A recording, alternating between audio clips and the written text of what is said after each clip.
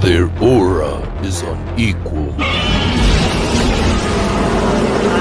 Well, let's do it. Yeah, let's do it. Or whatever. And they start to make it a little more raspy, and I follow directions.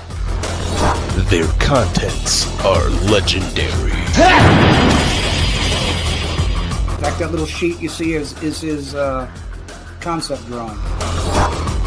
Their attitude is embraced.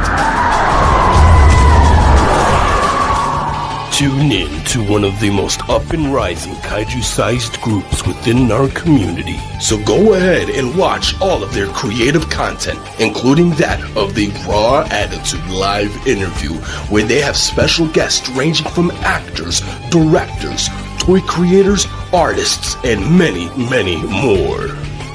You can also find them on multiple of other social media platforms, ranging from Instagram, TikTok, X, Facebook. You could even sit back and watch your favorite classic monster movie and even watch us go through one of the most iconic games on Twitch. Featuring your hosts, Eric Stolp, Adrian Settle, Joe Myers, Samson West, Jordan Adorno. They are the Monsters with Attitude.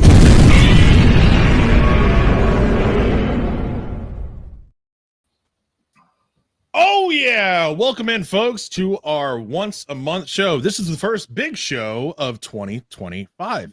We have had our first 2 Sundays in a row of just Let's Talk Raw, but now we are here for our movie discussion portion of the year.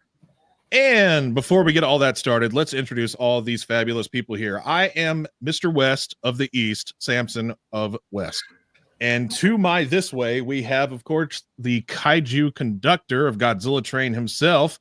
Say hello, Adrian Settle! What's up, Kaiju family? We've made it to 2025 for another week. We survived the ban of TikTok. Yes, oh my God. Let's have a great show, guys. And even further to the this way, we have the bearded man himself that is a kaiju lover, the bearded kaiju reviewer, Eric Stolp. Oh God! Don't be taking what Joe does. We don't need to keep. This is gimmick infringement, man. This is my stuff. Come up with your own stuff, Samson. I put in a lot of time and effort into these running gags. Leading that letter. Yeah, I know. Just taking one letter away. That's really hard stuff to do there. Man, you're going to get a whooping. I'm going to come in like Daddy's home and read you the riot act. Take out the belt. No, I'm good. It's been a year, and then now we're early on into 2025. Hopefully, it's a good year. I'll get lots of stuff in store for NWA. Of course, we do anniversaries to talk about this year. Lots of good stuff. I mean. What is it? 50 years of Terror Mecha Godzilla, the best Godzilla movie of all time, is going to end. Okay, that's not the topic. No. This is my time to talk. This is my time to talk. Okay. So, the 50th anniversary of that's going to be so much fun. I am looking forward to all of the collectibles that come out for Titanosaurus and Mecha Godzilla, and maybe even Godzilla 75. So. But yeah, I'm excited to talk about this movie and give everyone's opinions because this is going to be a fun one. This is mixed feelings for sure. Sure. Yeah. That's the best way of putting it. And below me, we have the man that has holy matrimony with Japanese monsters, our other bearded man himself, the glorious, the one and only, the Schmo Joe. I'm still kind of upset for the gimmick infringement. I feel like this is, you ever seen Shark Boy on TNA Wrestling that did the Give me a shell, yeah. Yeah, this is this is my thing. Whatever. It's good. I'm good. Things are good. There's electricity in the air. It's just it's gonna be a good show. It's gonna be a good day. It's gonna be a good week. Hopefully so. And last but not least, our Puerto Rican prince himself, the Don of our group, Jordan Adorno. What is going on, everybody? Well, at least somebody's favorite kaiju is going to be getting a lot of love this year. Yeah, a giant beloved dinosaur, I guess you could say. But nonetheless, I am super stoked to be a part of the show because this is going to be a wild trip. So I cannot wait. And it's always great to be able to embrace it with you guys. Also, love you, Christian. We need to highlight this comment real quick because, of course, Fanciest and Nathaniel come up with the best lines for us, and this is no exception. Yeah, always good to have you. Always good. Yep. Mm-hmm. I trimmed but did not shave. Don't worry. I just shaped it. Just made it sexier for all you fine folks out there. I did the same, Samson. Just never mind. Clearly you did. I'm assuming you mean in the land down under. So let's say hello and hi to all of our glorious folks in chat. Of course, we have the number one hated troll on the internet, Gadorstan64. Oscar, of course, one of our fine moderators, and Fanciest. Yeah. So, oh wait, of course, cannot forget Nathaniel himself. Oh, Nathaniel. We say all the things, collect all monsters. Take a shot. Wish they could say.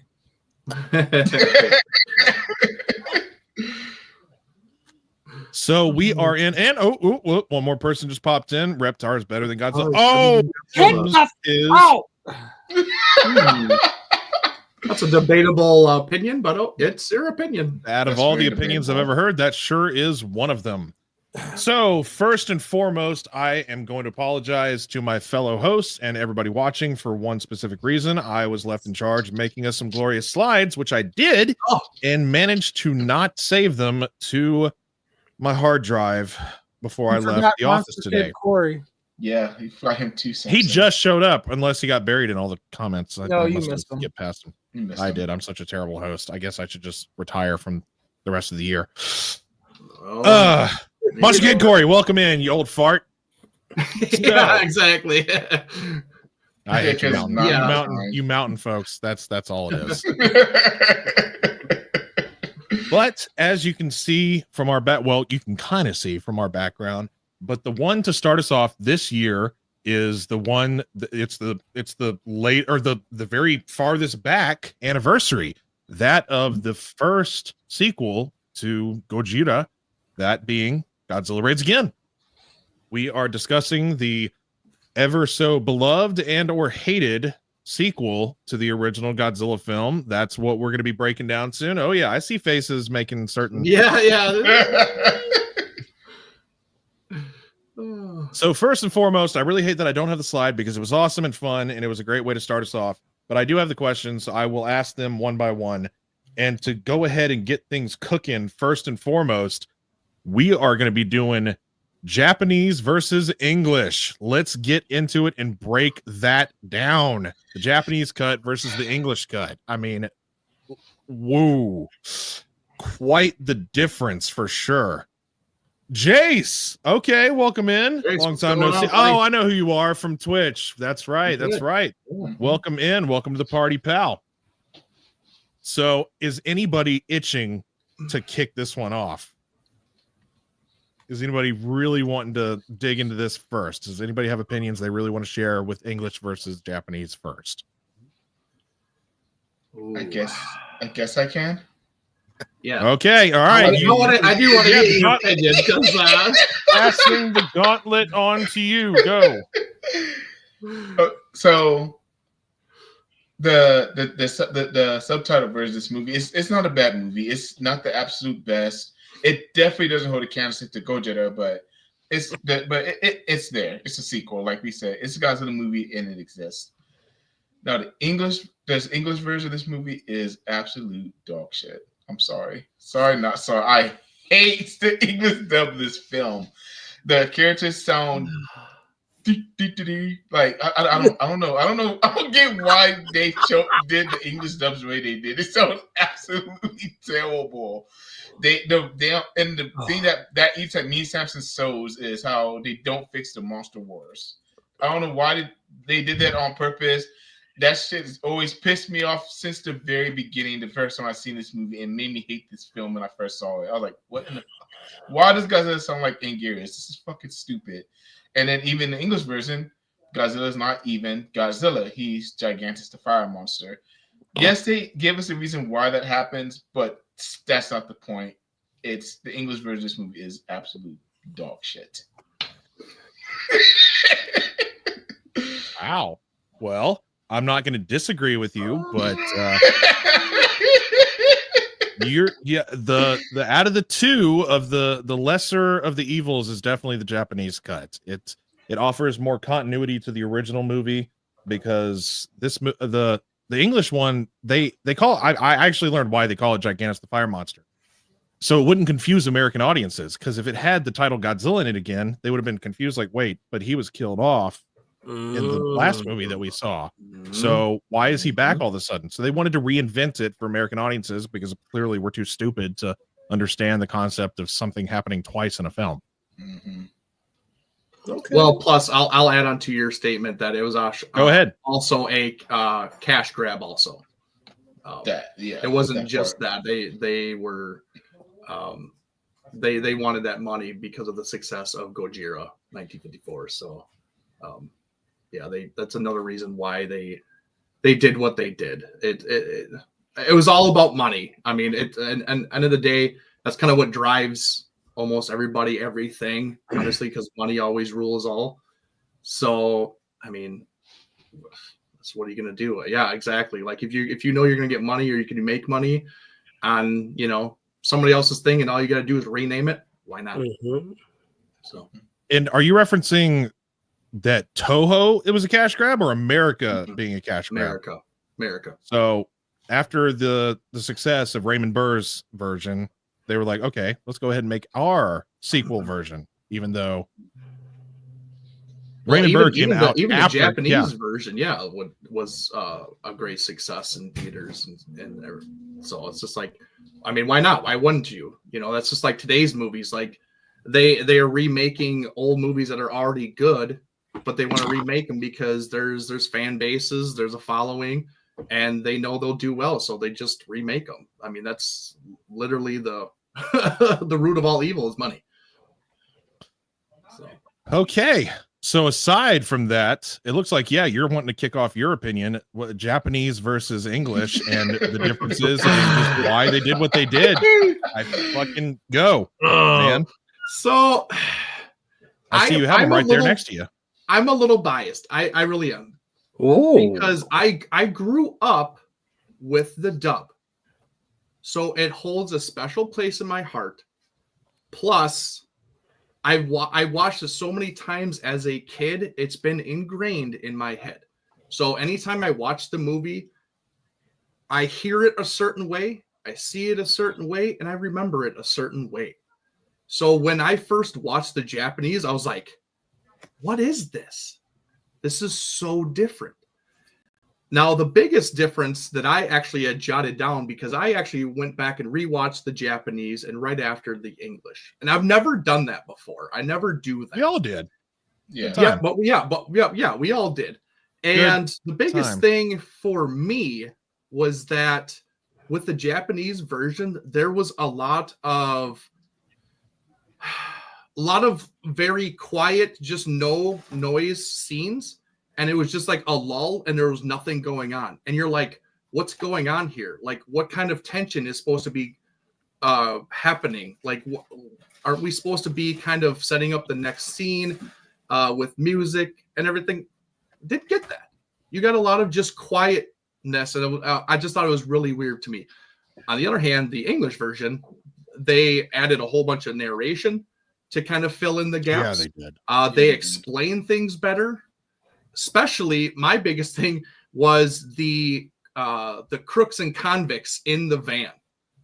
Okay, in the Japanese version, they say nothing about them, they don't say what's going on. All they show is the van and them breaking out and nothing. There's no dialogue. And then you see him chasing them.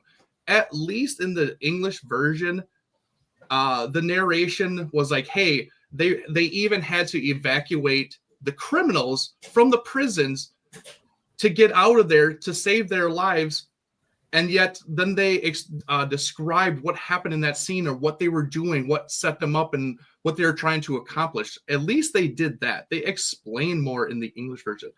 The Japanese, you got absolute silence. It was so weird. Like, I didn't like it because it's just like, what's going on? What's supposed to be going on? I was like, aren't you supposed to be saying something? You're supposed to set this up, explain anything, honestly. Didn't get that. Let's see what else. Oh, he has notes. Oh, and then but I did like one of the things for the Japanese version is that they actually explained why Godzilla didn't like bright lights. And I had never known this. I never paid attention. I liked that. Yep. They never mentioned it in the English version. So rewatching the Japanese actually fully to the full thing and actually paying attention, I liked that I caught that little tidbit and I was like, wow, that actually makes a lot of sense. And honestly, they probably, in my opinion, they probably used that same explanation in recent film as in Godzilla -1.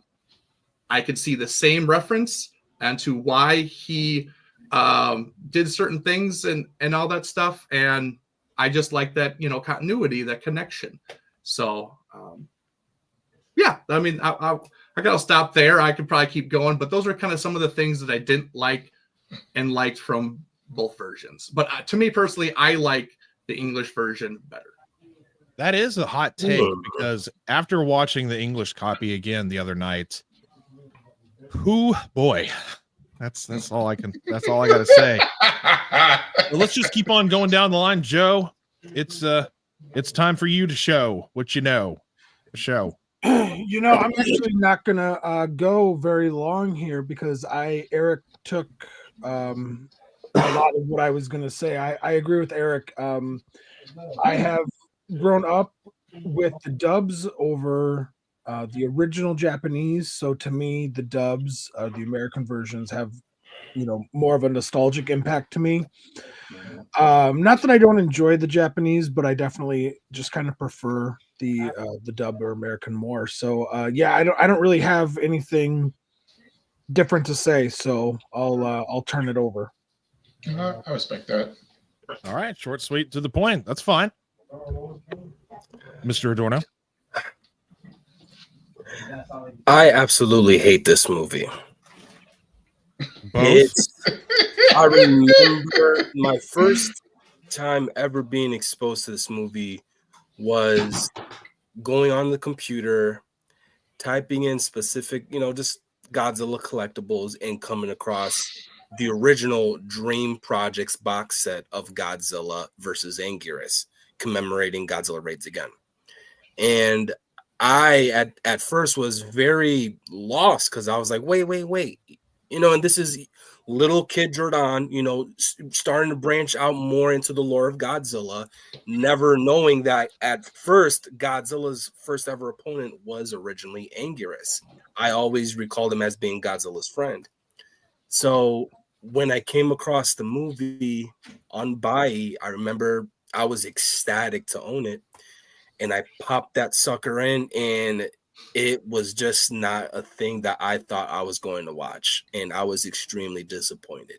And I was young. Any Godzilla fan or any Godzilla movie I would put on as a child, excluding 98, I would have this, emotional connection towards, or, that I would have some type of enjoyment off of. This one, it was just not it for me. And then going back to revisit it, but watching the Japanese dub, it was just like, oh my God. Now, personally, I enjoyed the Japanese version a lot more than I do the English, only because it just drives me insane to see majority of Godzilla's scenes in the American dub. It was it was all Anguirus' sound effects used for Godzilla. That was the one thing that threw me off, and it pissed me off so much. So I guess preferably I like the Japanese a little bit more because you heard more Godzilla. Even though there were some Anguirus' roars thrown in there, but it wasn't as heavy as what they did in the American dub. And then identifying them as Gigantus, it was just like, oh my God, what am I watching? This is a whole nother freaking movie. But yeah. And that's true. As I stated earlier, that's America was trying to make it seem like it wasn't a Godzilla film. That it was a whole new creation, just to not confuse American audiences. And yes, Mr. Stoll. Now, funny you say that because that's literally their point. Now, if a lot of you guys know that this film was actually supposed to be another film, and it was when America bought the rights for this film, and they were going to completely make a whole new film, and that film was going to be called The Volcano Monsters.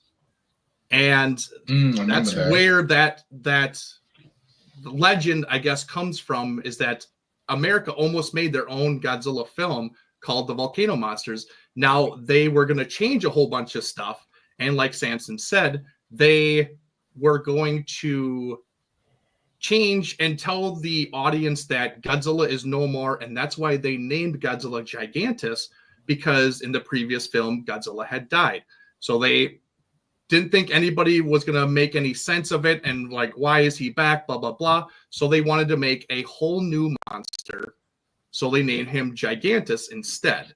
And with this new film, they were actually going to substitute Godzilla and Anguirus. They were going to make them into dinosaurs instead.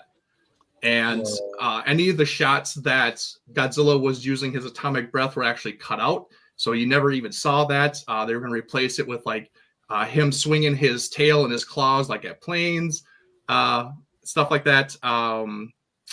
You know, a lot of those things were going to be changed, where it was going to be more of a generic kind of monster movie and not a continuation of something that was already established. And like I stated before, it was a cash grab, because with the success of Godzilla, they were like, hey, we need to make something, or we want to get the rights for this next movie as quick as possible, because we want to get on that bandwagon and collect the money. And turns out it didn't happen that way. And then they never even ended up making Volcano Monsters, because it fell through with the I think the production company. They actually did send the suits over to America, and they were actually there. But and they were going to use them for like reshoots and stuff, but they never even ended up doing anything with them. So it is kind of interesting to know that we were going to use what they gave us and basically make a whole brand new movie. But they laid the groundwork for it, and we're like, hey, we're just going to change it and make our own, but it never happened. So who knows what could happen? You know, we might not even gotten Gigantus Fire Mountain. We could have gotten the Volcano Monsters. So. I did not actually know all that information. I did not know that the suits were sent over. So they were actually sent here, or they were supposed to be. So there's actually pictures of them in like crates where they were on the production studios that they were actually going to use, but they just never ended up using them. See, I did not know that. Actually, I can find it. But let's see. Leslie always stirring things up here. John's pissed because they gave him the wrong roar. This dude needs a lap dance or something. I mean, but he's not wrong, Leslie, because I mean, even when I first saw this film, it threw me off too, and it turned me off from this movie immediately. So I'm with Jordan with that. Same here. Watching this the other night, it's bugged me ever since I saw it, because I don't know how many folks were introduced to this film for the first time with this exact copy. Eric, you have this right next to you as well. It's part of the Media Classics set, and it was the first time that you can see the Japanese and English cut back to back. And growing up, I did not have the VHS. I didn't have the privilege of having that at any of my rental stores growing up. So when I first saw it, it was through this copy. And being the kid that I was at the time, I was like, English, English, English. I don't want to read. I just want to listen. And it drove me nuts hearing an Anguirus roar over Godzilla and just not understanding why. We all know now, as we're discussing it, that it's the very reason they wanted to change it for just American audiences. But it's not just that. They added so much random footage that kind of had nothing to do with the movie, like especially the intro, where they're talking about going and venturing off into the vast depths of space and new technologies and this, that, and the other. It had nothing to do. And then eventually they reeled it back and said, but here on Earth, let's blah, blah, blah, blah. It's like, yes, because that's where it's taking place. There's nothing to do with space. That has nothing to do with anything in this movie. Yep. So I think as bad as much as people like to say this movie is not good, the Japanese is better because it has more continuity to the original movie as well. They pay attention. They bring back Dr. Yamane, which was a nice little touch. Just a nice little touch for him to come back and say, like, you can see him right above Eric's head. Right above Eric's head, there he is, a little reel of him. He was in a short sequence during a PTO meeting, but he was part of the film, and I thought that was a nice little touch for him to reflect on Godzilla's past from 54 in this one to bring the continuity of the two together. For sure. Yeah. What? But it's like it's all they did was just use a scene from Gojira and just put it in this movie and then just add it to it and make it look like they're at the same table as Dr. Yamane and everything. Like, it's not like they used him. He didn't shoot new footage for this film. It was took something from 54 and put it in 55, and that was it. Like, they did that actually a lot for a lot of the scenes and everything that was from 54 into 55. So I know I see what you're saying, that you like that they brought in another character from the previous film, but to me it didn't do enough because after that scene he was gone. You never saw him again. So I understand what they were trying to do, like basically make him somebody that knew what they were talking about to shed light on this particular monster that was coming to destroy Tokyo or wreak havoc or whatever. But it was just kind of weird. It was a weird insert, and then he was gone. If he was going to stay in the movie, it would have made a lot more sense, and it would have been a little bit better because then he's trying to stop Godzilla again. But they just never did. So I don't know. It's just kind of a weird insert. Now, you said something that I did not actually pick up on because I guess I haven't seen 54 in a while. That was a shot from the previous movie. That wasn't him actually being like they shot new scenes with. Okay, I was not paying that close attention then. Interesting. Well, I don't know why I'm hosting this. Wow. Because you love Godzilla. That's why. Because nobody else wanted to do this show. That's why. Let's tell the truth. But with the vast differences between the two, can the majority vote that the Japanese is better, or I mean, if you want to say which one is actually a better movie, which one is actually better? Eric, you got to. I like being able to listen to English, but the English copy is not that. And that's the thing. I get it too, and it's not the greatest English dub. It sounds cartoony. But it's just what I'm used to. It's what I know, and I'll never change that. For a lot of these films, I'll always say the dub is always better than the sub because it's what I grew up on. It's what I was raised on. It's what's in my head. I'll never change it, unfortunately. And you might be right, but unfortunately, I see it differently, and I think it's different just because there's so many things that it made the movie go so much more smoother with the English, with adding the sound effects and the narration and the explanation of the story to keep the story going so you know what's going on. That all made more sense than just watching that Japanese cut and you're sitting there and you're no sound, no music, stuff's going on, then all of a sudden it kicks in and then it goes away again. It's like, man, it's like there should be stuff going on here to make this a little bit better, more engaging.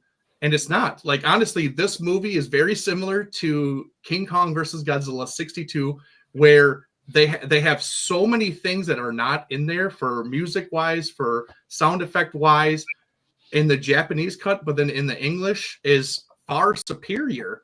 And that's how I compare them, is that the English version of 55 is just like the English version of 62.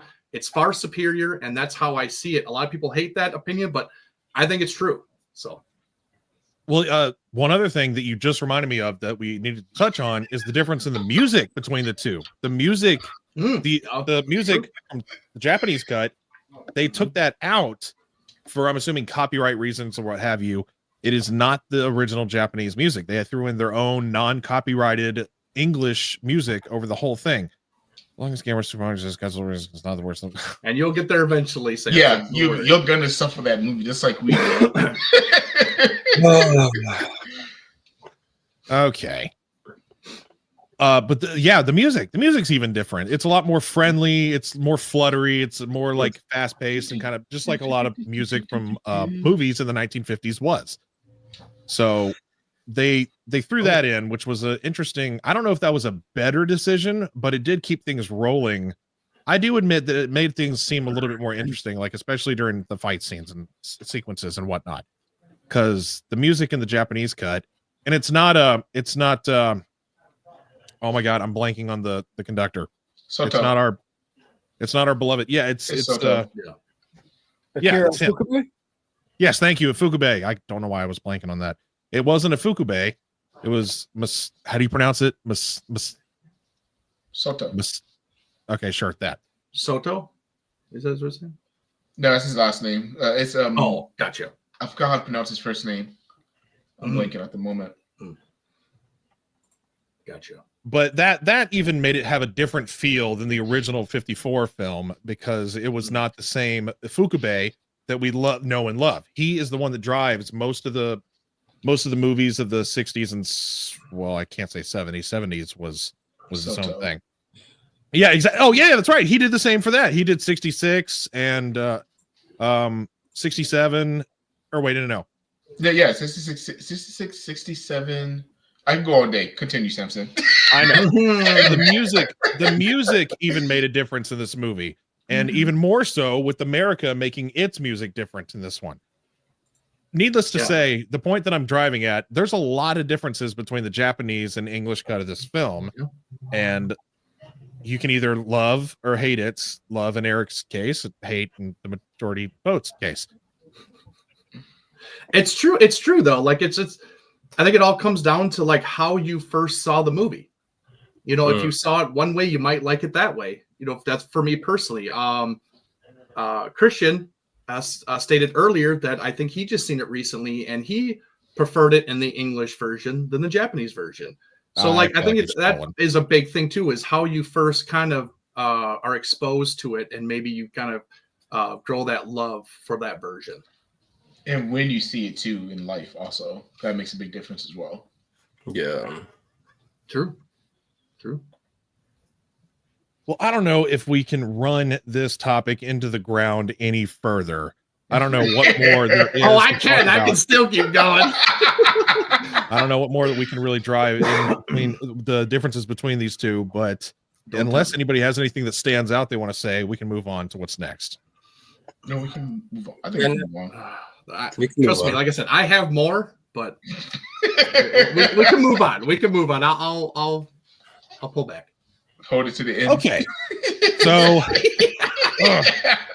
I'm so sorry I don't have a visual because it makes me so upset. But next on the list is very generic, and it goes for it's one of the generic questions that we've come up with for every show that we can talk about.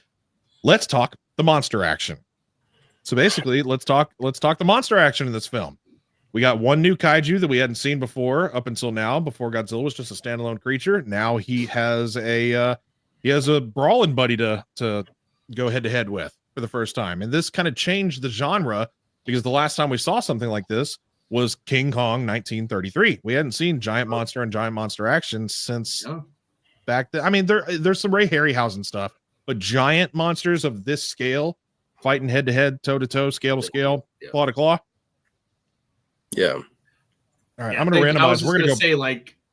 I was just going to say, like, the scaling is way different. Like, let's these are actually kaiju, and some will say that you had a Allosaurus, and then a giant ape. I don't know if you would technically categorize him as kaiju in 33. 30-foot tall versus 150-foot tall. Yeah. That's something you need to take into consideration. Well, Joe, I'm going to give you the floor first because you didn't get as much of an opinion on the last question since you said Eric got a lot of what you wanted to say. So I'm going to let you have the floor first if you would like. Thank you. I think this is one of the reasons why I love this film so much. I stated last week or the week before, whatever it was, when we were talking about this, that Raids Again has a kind of like a special place in my heart because it is actually one of the more common ones that I was able to actually see when I was a kid, surprisingly. But I love the kaiju action. I love the fact that it's very tooth and claw. Godzilla does use his atomic ray, but it's literally more so as the quote unquote finisher type thing that it, kind of is supposed to be. So like, that's pretty cool. I don't understand the hate for the film sometimes, because one of the more common things that I see on social media is people wanting more monster action that has less like beam wars, and I feel like this is a great film that kind of has that, and I don't know. I'm not I don't hate it. I think the kaiju action's great. It gets a little wonky, because they didn't slow it down, and it definitely does look. I feel like that maybe this film wouldn't have such a negative connotation around it if they would have done some of those more old school toku tropes and slowed it down. But let's be honest, this is only really the second one they've ever done, right? So they're still kind of learning and figuring all that stuff out. So many things that that became staples or constants in the tokusatsu genre, it wasn't really there at 55, 6 months after the first Godzilla film came out. No, I don't think so. I think they were still learning and testing and seeing what worked and what didn't. So I kind of give them a pass on that.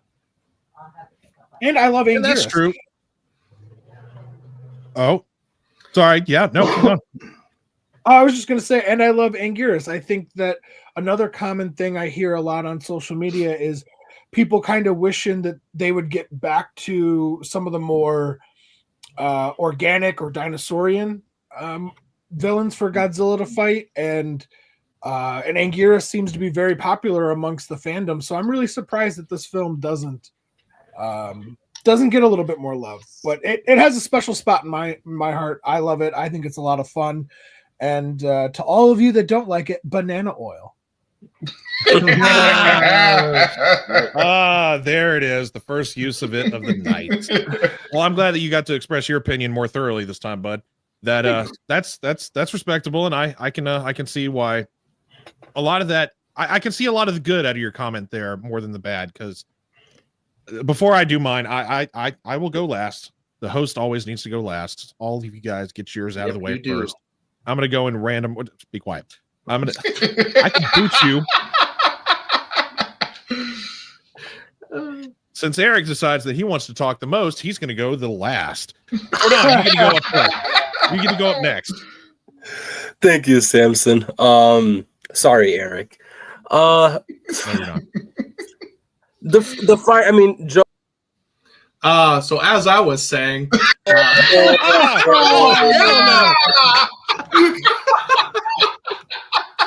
okay. Oh. Somebody press the magic button. Oh.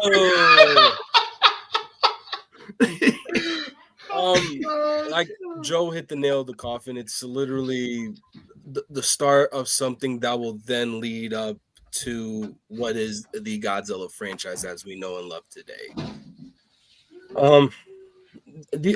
I enjoyed it. Obviously we knew that this was something that they were aiming to look more of like a realistic take of what two behemoths like those two would look like going up against each other, trying to be a little bit more animalistic, which I thought was very different. Again, I came across this movie very late, so seeing that was just like, okay, that's something different. only negative thought I have with it was like within certain scenes how they amped up the speed per frame. I kind of wish that they slowed it down as to what we normally like to see in Godzilla fights, even, still to this day with the MonsterVerse, how they make their, their fights look like a little bit slowed down. But again, it was something different. It was nice seeing Anguirus, and I personally feel like between that and Final Wars, Anguirus was really, it really captivated how ferocious Anguirus is. Which, by the way, happy 70th birthday, Anguirus. You are old, you are young, and we all love you, and we all wish and hope to see you in any Godzilla project in the near future. Hashtag Godzilla -1 sequel. Bring back Anguirus. Would not be opposed to that. Yeah. So I mean, and again, it's for that to be Godzilla's first opponent. I thought that was very fair, especially knowing the whole lore that led up to the sequel in the overall story. So yeah, it was a fun fight, very entertaining. I don't see Godzilla fighting like that with any other monster, nor could I see him fight like that with any other monster. So yeah, it was a good start to really introduce us the Godzilla versus aura afterwards. So yeah, the only complaint was certain frames, certain shots of the fights were just, were extremely fast, but nonetheless, very entertaining. Right on. Adrian, I'm going to go ahead and throw it on to you. Okay, I'm honestly not going to repeat what Joe and Jordan said. They actually hit it straight on the head. I will say that that is the positive thing I do take from this movie is the monster action. Even though, like Jordan said, it is a little wonky at times when they just speed it up. But besides that, I really enjoy it. And honestly, that's why I go back to that film is for the monster action. Okay. I will just keep on going down the line. I won't talk yet. Eric, I'll let you go before me. You have opinions. You have more opinions about this movie than most of us do. I do, because it does get hate, but there is some good out of it. And like Joe was saying, I think we need to realize that sometimes. Like, I will be honest, my opinion has changed drastically throughout the years for this film. I still don't think it's a great film, and it's still in the very bottom of my list. But it's good for what it is sometimes. Joe, I'll let you answer before I keep going. I just want to say thank you for acknowledging that you're not the only one that doesn't hate this film, because this is like the third time Sanson's like, oh, all the rest of us hate it. I don't hate it. I love this film. I'm just trying to submit my way. I'm using your catchphrase. I'm trying to just bury you. Just get rid of you slowly but surely. Replace me. I don't mean to. It's only because you were so quiet after the first chat. So that's you seem like you're tonight. But I'm going to respect your presence and your opinions and your hair. So fun fact, I want to drop some facts on you guys here quickly. So a common theme that we're talking about is the speed of the fights, okay, and how they sped it up or slowed it down and everything. Now, fun fact is that was not intended, and fun fact that it was actually on mistake that one of the cameras was set at the wrong setting. For 55. For 55. Because they did it in 54, and it's very great. And E.G. Tsuburaya still thought that it was acceptable work, so they kept it and they used it. So as because much there are certain as shots, as much as we bash it, or some of us don't like it, we got to think about who and why they actually put it in the movie. It's true. I mean, the Godfather himself was like, that's still great. I still like this concept, that vision. We're gonna keep it. And they did. And it's great. I like the sped up fighting. I like the slow down fighting. Sometimes you got to slow it down to kind of see the action. A lot of the slow down parts are when buildings are getting destroyed. Mm-hmm. That's great to see. I want to see that crumbling. I want to see that detail. Those miniatures go down. I like that. The spot where Anguirus and Godzilla fall into the water. That was a slower down shot. Love that shot, dude. It's so cool. You know, like Osaka Castle. Yeah. Osaka Castle. Another great shot and a reason to slow it down. But before that, you got the feel that they were animals and they were just beefing it out for territory. Now, another great thing about the Japanese version that I had learned from watching it and actually paying attention to it is that Anguirus is very aggressive. His species is very aggressive, very territorial. So they're going to attack and go after anybody and anything that they feel like they can either overcome or kill or whatever. He thought that he could kill Godzilla. He attacked Godzilla first. That's saying a lot. I don't think anybody ever thinks about that or says it, that it wasn't Godzilla picking the fight. It was Anguirus picking the fight with Godzilla. You know, on not Oto Island, Iwato Island. He picked a fight there first. And then when he came to Osaka, Godzilla wasn't looking for Anguirus. Anguirus was looking for Godzilla's ass, and he found him. And he was like, hey, we still have unfinished business, sir. We're going to finish this. And he kept going. Now, granted, Anguirus kind of got his butt whooped in Osaka, let's be honest. Like, Godzilla was really on him, but like Anguirus got his blows in and got his licks. But, at the end of the day, obviously we know how it ended up. But Anguirus was like, hey, we're going, we're throwing hands, buddy. And I'm not stopping until one of us dies. And unfortunately, he died. So it was very interesting to see that, to learn that, and just experience it. And it's great. It's great for what they did, and I love that. Another great tidbit, I guess you could say, for the fighting is that the Osaka Castle, they had to do 2 takes. Wow. They had to do 2 takes. Because the first time it didn't break when it was supposed to. And the director and Subaraya said cut. They didn't hear him, and the actors kept going, and then they broke the castle, and they broke when the cameras weren't rolling. So then they had to half build it again, and that's why we get that shot, I think, from the backside where Anguirus comes through it all weird angled and stuff. I think they just built that one half and then shot it from there, like, hey, we're gonna do it this way, and we're gonna make it look like they completely damaged it and stuff. So that kind of stuff is cool and it's fun to learn. But yeah, I overall the action was actually pretty fun. It was short-lived. I wish it was longer.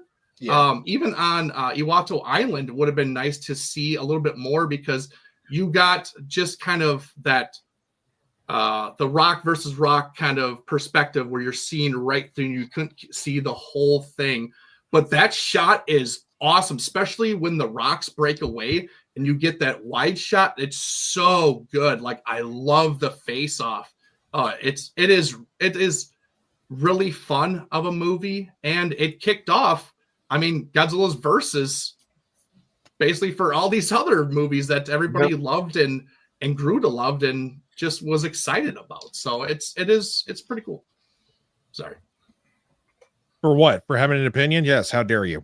For having a long opinion. Well, we know you by now.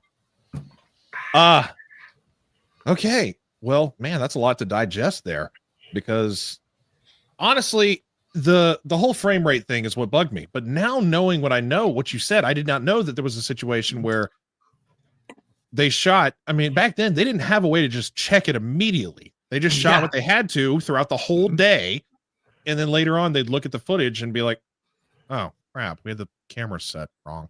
Whoops. Well, we can't reshoot that. That took a long time. That's what we have. We have to use that. And I think what's cool now that I'm like cycling in my head, the ferocity of it all between the two, that is what makes the sped up stuff look really interesting, because the how ferocious Anguirus was, his species was cool in his very first film. They they muted the hell out of Anguirus in his other movies. I feel the same. I feel exactly the same. And welcome in, Rich. Welcome to the party, pal. Hi, Rich. But the ferocity of it all, it's really cool to see them go head to head, toe to tail, claw to claw, other analogies, blah, blah, blah. Yeah. Anguirus held his own. I mean, they were really going at each other. Godzilla tipped him over a couple times. Like, he threw him on his back, and it made him seem like he had the upper hand. And they used those horrible puppets of them going just like jump, yeah, dude. each other in the necks with those puppets. Oh God, they really they used those puppets to death in that movie compared to 54.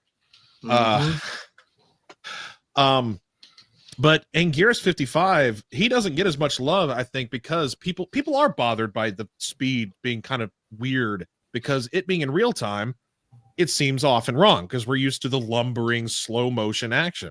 Exactly. But I like your trivia there that they accidentally shot it wrong, and that's why they had to use it that way. For them to introduce the versus saga with these two, I don't think it's a bad fight. I think the fight is the highlight of the entire film. And I really wish, Eric, if they'd have done more on the island, that would have been so cool, because that was a really nice, neat setting for them to start it off in. And you were saying the whole thing about Anguirus went looking for Godzilla. If you know, in the movie, I don't know if he was really looking for him, but he got attracted by the lights.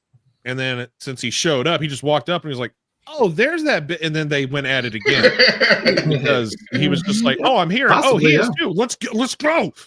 Yeah. I don't know if he was looking for him actually, but he did notice when he walked up on the beach, or he got there and Osaka was like, "Hey, what's all that pretty?" Like, "Hey, it's him." And they just decided to go at it once more. Yeah, and maybe that's his, but they arrived pretty close to each other because Godzilla obviously got there first, made landfall, and then shortly after they're like, "Hey, what's that?" And then here's Anguirus coming up from the shores, and he's right there ready to square off on him. So yeah, it's fun. All I can think about for that entire fight is that it's a grown man trying to get his dog to take a bath, and the dog just is refusing so hard. And he gets him in the tub finally, and then at the end, he just decides, you know what, I'm gonna kill the dog. This dog's been putting me through hell. I'm gonna kill it. It's hard not to think about that, because it could have been they could have put a dog in that suit and it would have been the same action. It's just very fast paced and that is exactly how it's like when I try to get Onyx to take a bath. Or when he's chewing on something that he's not supposed to, and I'm like, "Open your mouth," and I'm like trying to pry his jaws open. And, yeah. So Godzilla had the worst pet bathing experience of them all.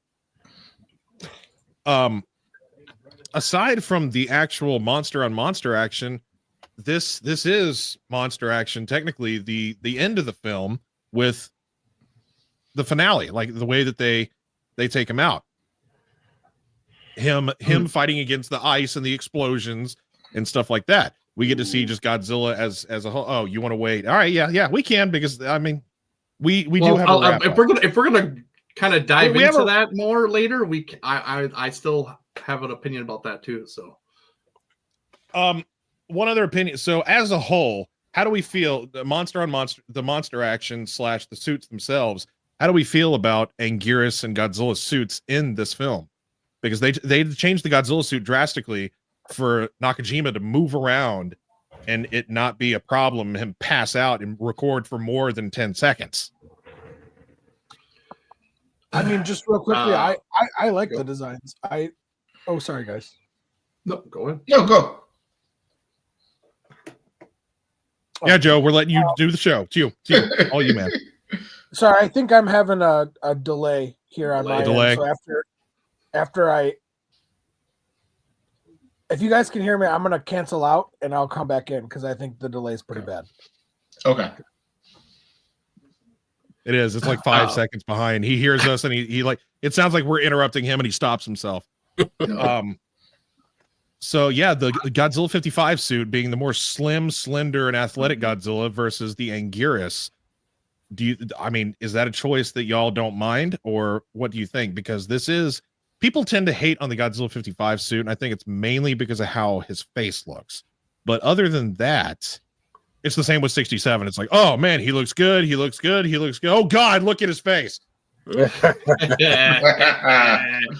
For real. Joe, does everything sound? Is the delay better? Maybe. It sounds like he's still working on his audio. I don't think so. Oh crap! No, it's not. Just ignore me until I start. Give us a thumbs up. Okay. So I'm not the biggest fan of the suits. I do like that he was like Godzilla was slender, and obviously I love that they engineered it where Nakajima could be more mobile and more flexible with the suit. That's great because obviously they couldn't do what they did in 54 where it was a 200-pound suit and he could just kind of lumber around. He had to be agile. He had to be limber enough to fight another kaiju, especially a quadruped on all fours where he has to bend down a lot more. He's got to use his arms and move around, especially with the way they fought or had them fight, where they're just like, hey, go at it. And this is what we're going to get. It's like super quick and everything. So it's good that they engineered and they got to that point of engineering the suits where they could do that. Was revolutionary, honestly, because from there they kind of just kept getting better and better and better.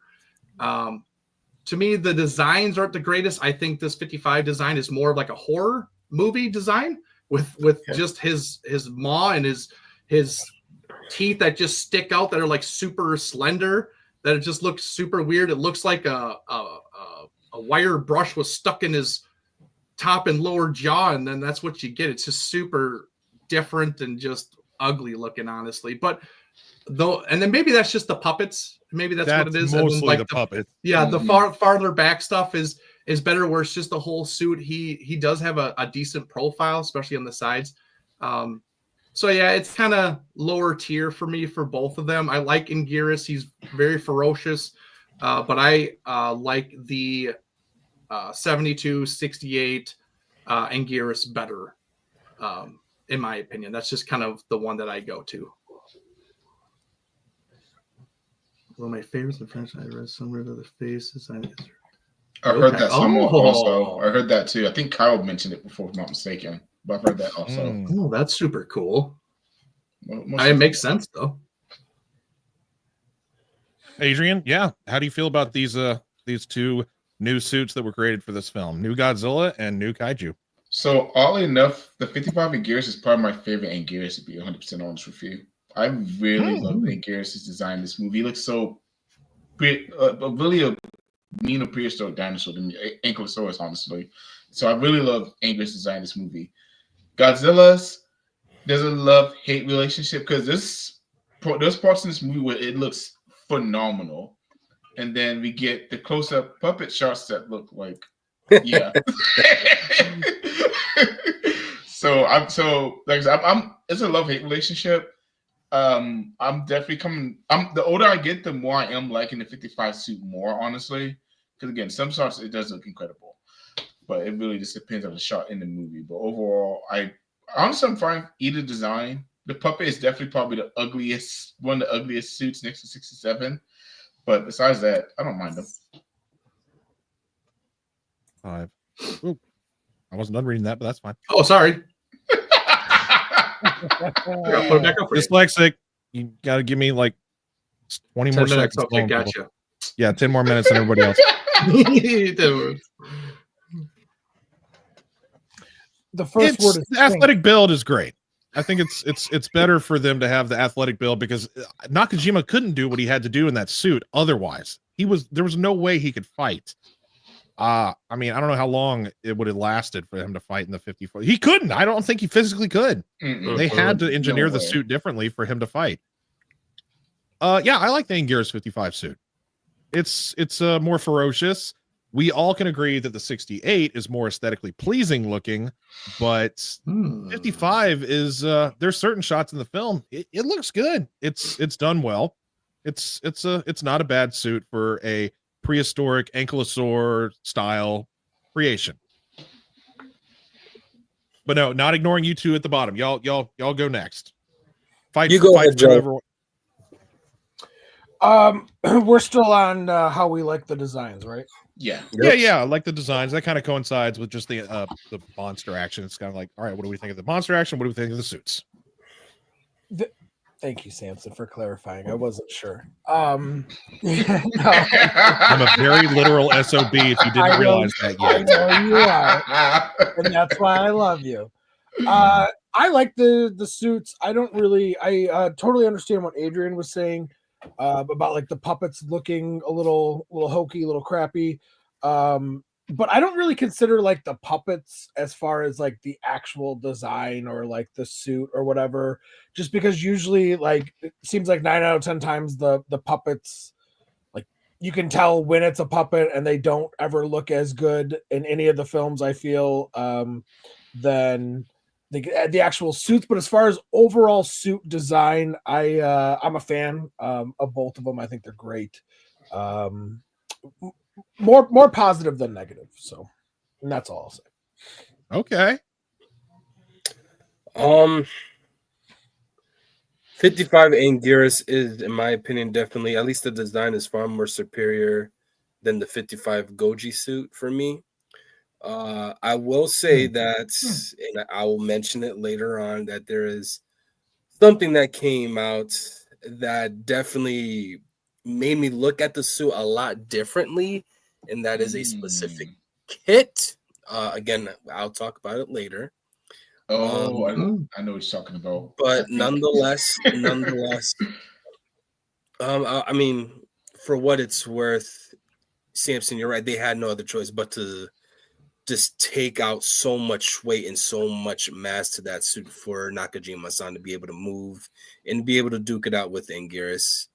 But like, I guess one negative thing I'll also throw in for Anguirus is it upsets me that the concept of Anguirus's back having the ability to like kind of like protrude out as like some other type of attack or defense, whatever, was never something that was executed in the final product. Which if they ended up pushing that gimmick, that would have made me be like, oh my goodness, how come they couldn't move forward with this from any other movie that Anguirus appeared in? But yeah, preferably I love Anguirus' design a lot more than I do Godzilla's. So yeah, I think I can second that. I think out of the two creatures for this film, Anguirus had a better design than Godzilla did. And it just I definitely like. Oh, go ahead. No. So you go ahead, Eric. No. You finish your statement. Thank you, buddy. Hang up. No, you hang up. You hang up. No, you hang up. No,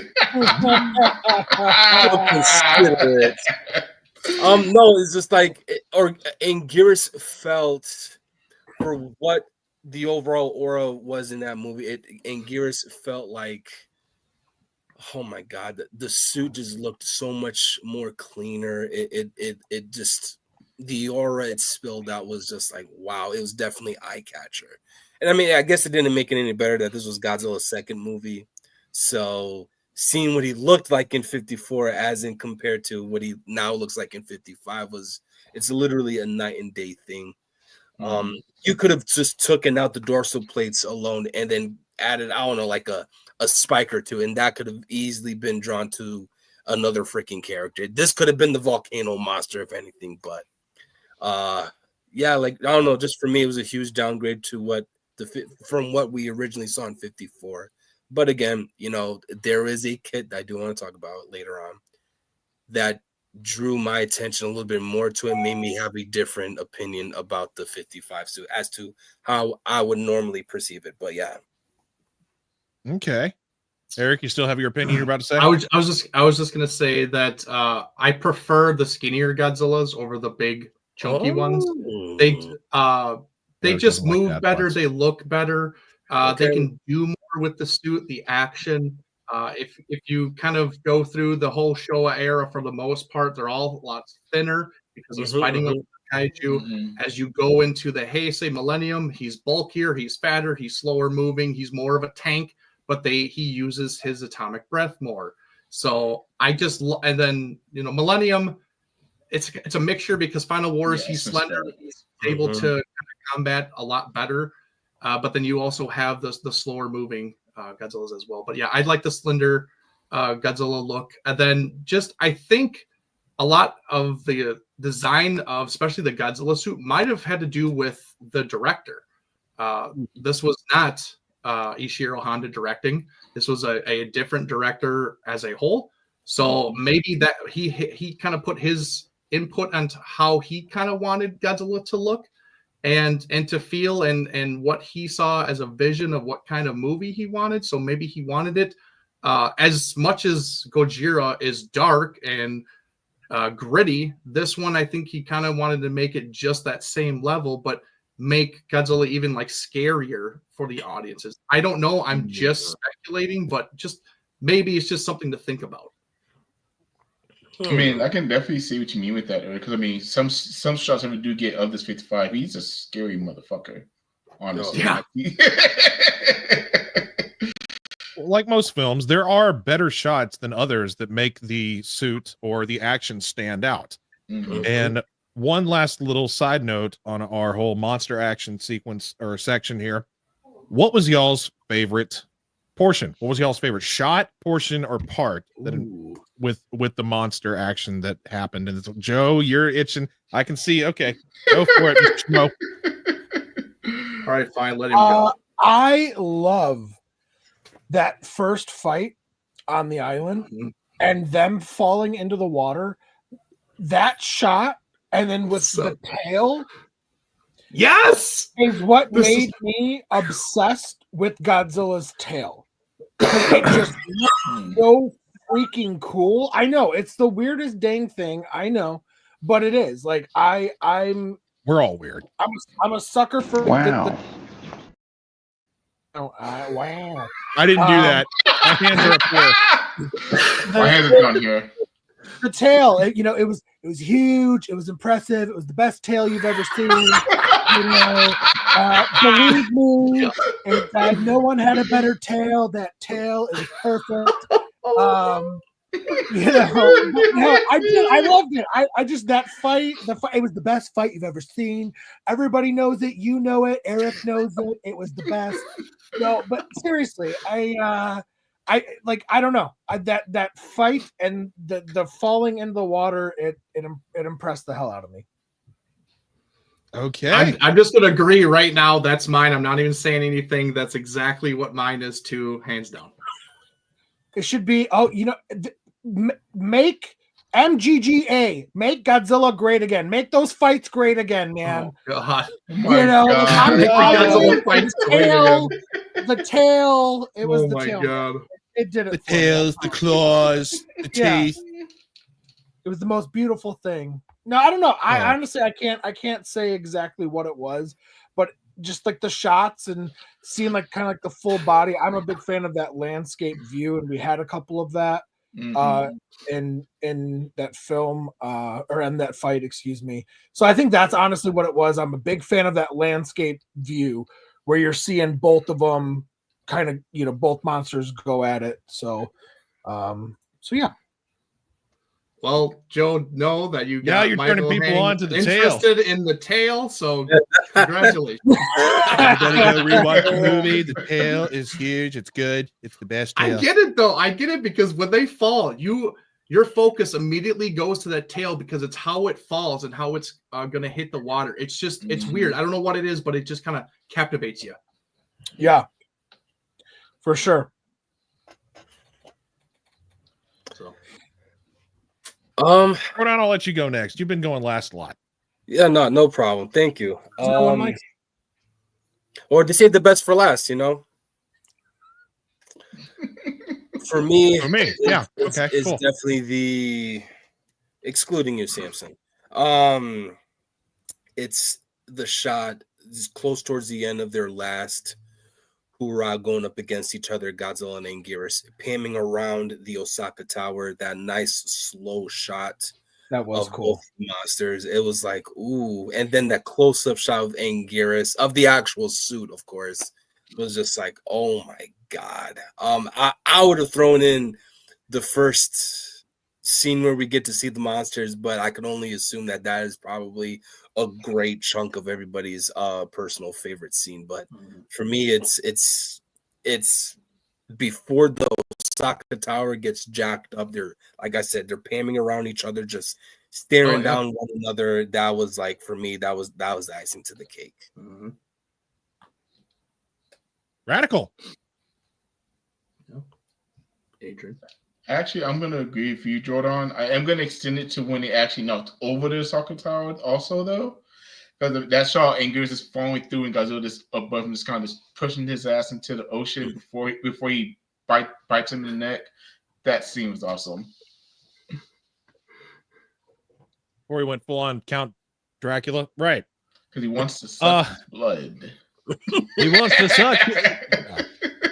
I think if I'm thinking of the same scene that you are, Jordan, I think it is the slow pan. It's where you see Anguirus kind of like squaring up. You see his entire suit. It's the full frontal shot of Anguirus, like he's like kind of like rocking like back readying himself. He's like he's about to ready himself. There's just something about it that's captivating. Do what? Does he grunt like that too? Did I do that or did Jordan do? I don't think. Wait. No. Make sound effects without even realizing. Yes. So, that shot is very captivating because it gives a lot of focus on Anguirus, and since it's the first time seeing him in the film, it's really cool to just kind of highlight and have a very attractive shot that showcases the whole suit in a very nice fashion. And if you watch it on the Blu-ray copy, it's very HD, it's very clear. There, you can see the whole thing, and it looks great. And then the Osaka Castle just getting obliterated. Well, the very fantastic finale of a shot. Even that shot that you guys are talking about, even Anguirus, he jerked and moved real quick just to kind of like make Godzilla move or make a mistake so then he could counter. It's like he was testing him out and everything, and it shocked Godzilla back into like a focused stance. He's like, "Oh snap! Like you want to come at me?" Like it was just funny how they were just sizing each other up, kind of with like you, Jordan, boxing. You're sizing each other up to see where their weaknesses and stuff, so then you can expose it and then hit them. So. Well, right on. There is a lot to talk. I tried to cram in as much as we could with the monster aspect of things, since this was the first time that we have a Godzilla on another monster action. But now we're going to go to a completely different focus. It's not the most fun of topics, but it is part of these movies. Time to talk the characters, the human characters and their side story compared to the monsters. How much did we love, hate, or not even want it to be? Yeah, the human characters and the story itself. What do we think about characters / Adrian? You have not had your first. I will let you go to start things off. The only thing worse than the English dub of this movie is the entire storyline of this movie. This story had absolute nothing to do with nothing. I hate this story so much.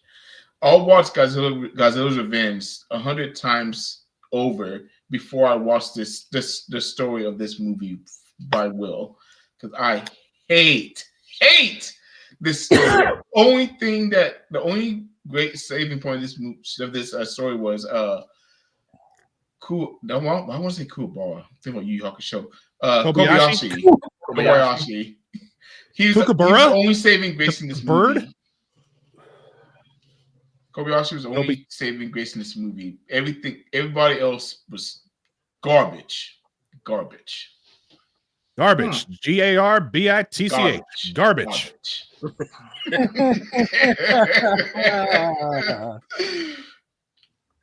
I'll just go on down the line again once more. Be very just boring. Eric, you go next. Oh, you're so boring.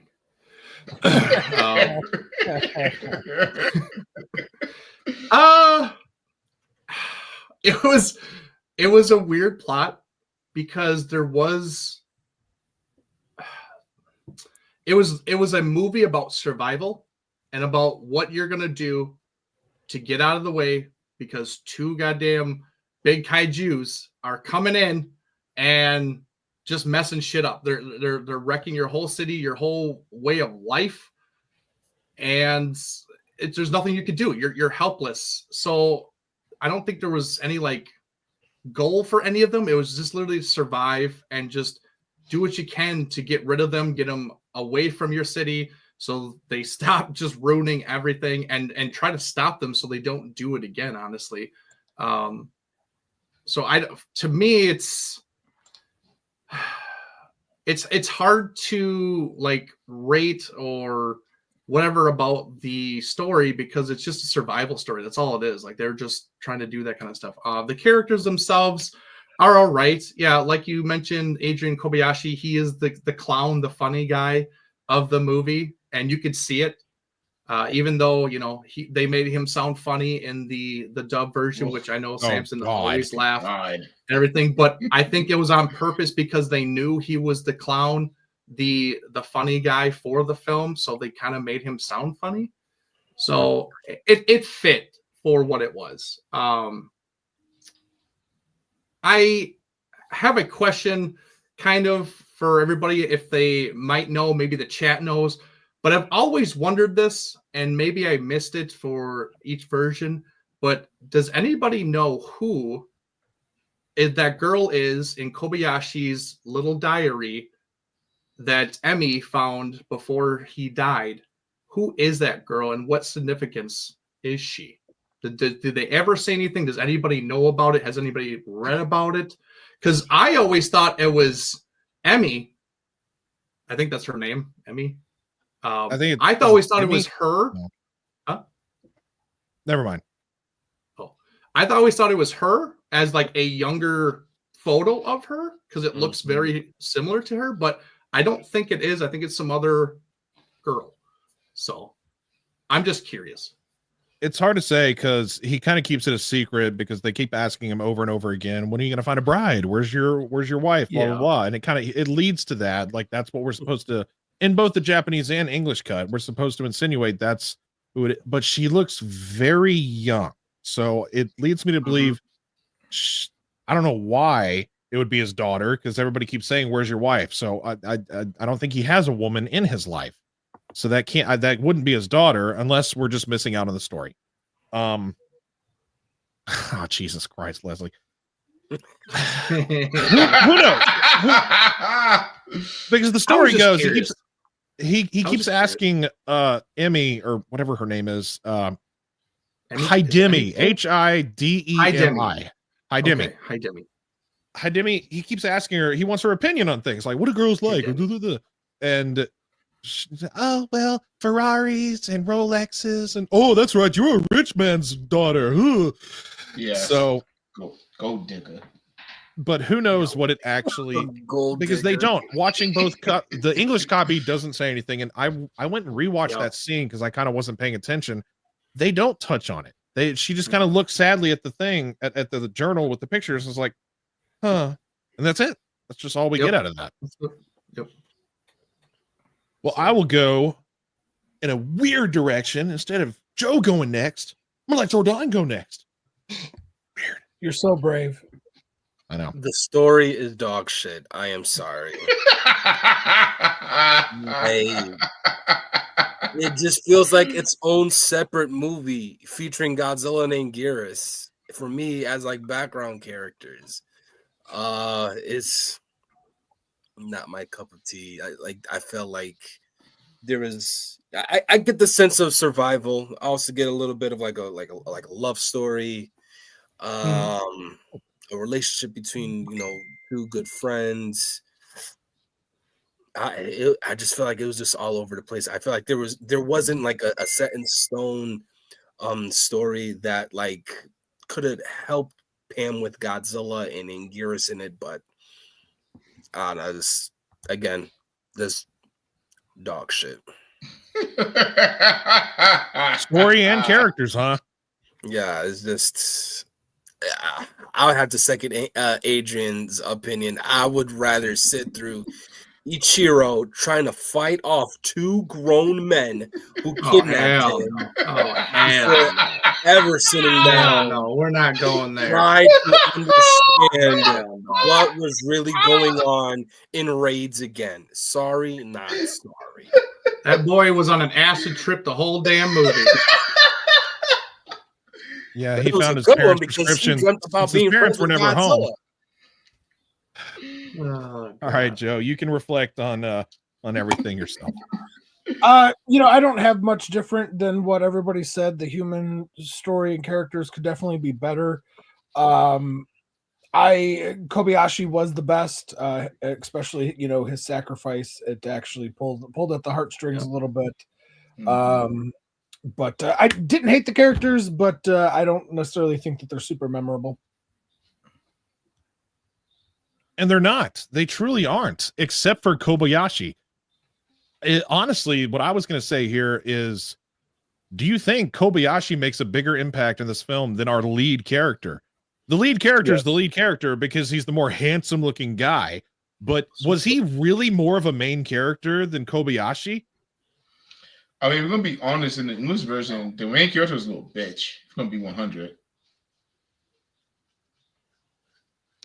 He was Gonna keep it because, 100. I mean, there was he called the main character a little bitch. Oh, he couldn't just say that. Like, That's I what wasn't I understanding his said. lingo.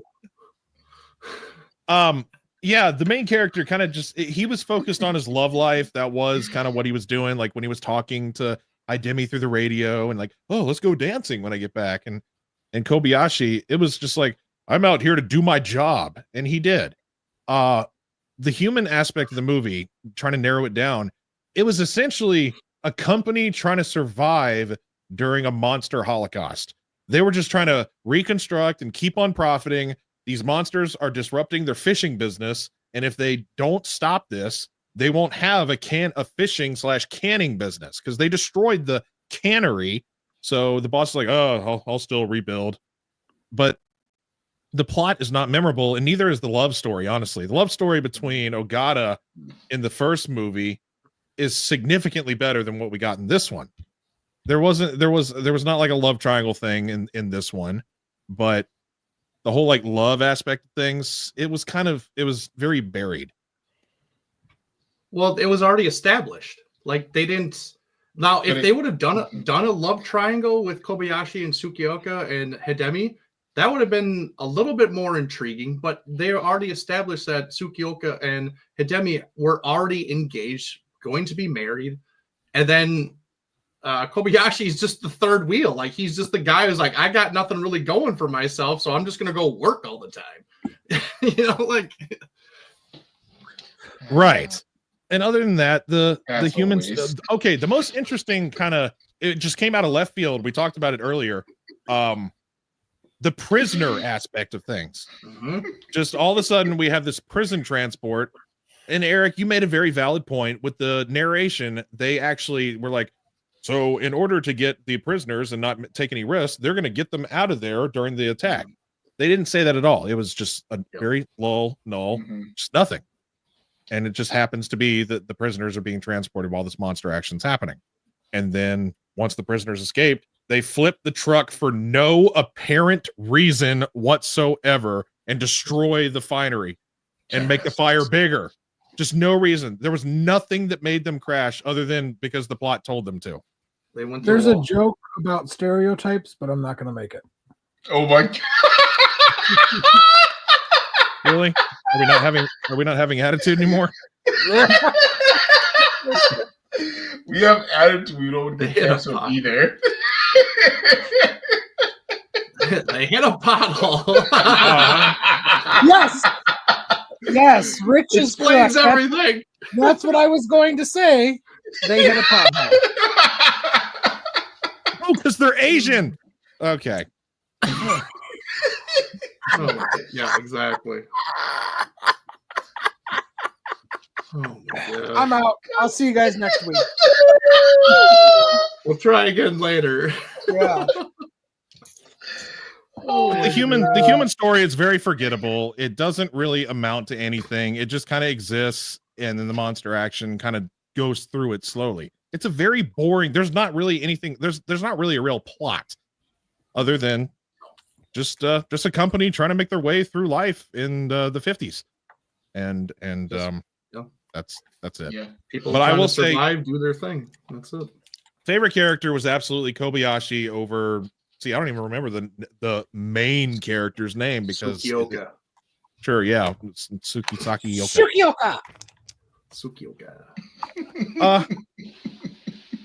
His sacrifice was noble, and I think it is more impactful than the other guy should have died. But no, because he's more handsome, he has to survive. So, unfortunately, that's not how it went. But do y'all think that was a good plot device for him to sacrifice himself, or in sorts? And I don't know if he even really sacrificed himself. He just was trying to antagonize Godzilla, and he happened to get hit, and then he went down. Well, yeah, he's not a fighter pilot. He's looking for tuna for a living. Like, he doesn't. I mean, he's not. What do you expect him? I mean, he's just doing whatever he can. He was like you said, he's literally trying to keep him there so he doesn't leave, so they don't lose their opportunity. He kept him there, and then because he crashed, it means a lot because, like they said at the very end, Kobayashi showed them the way on how to beat him by causing the avalanche and burying him.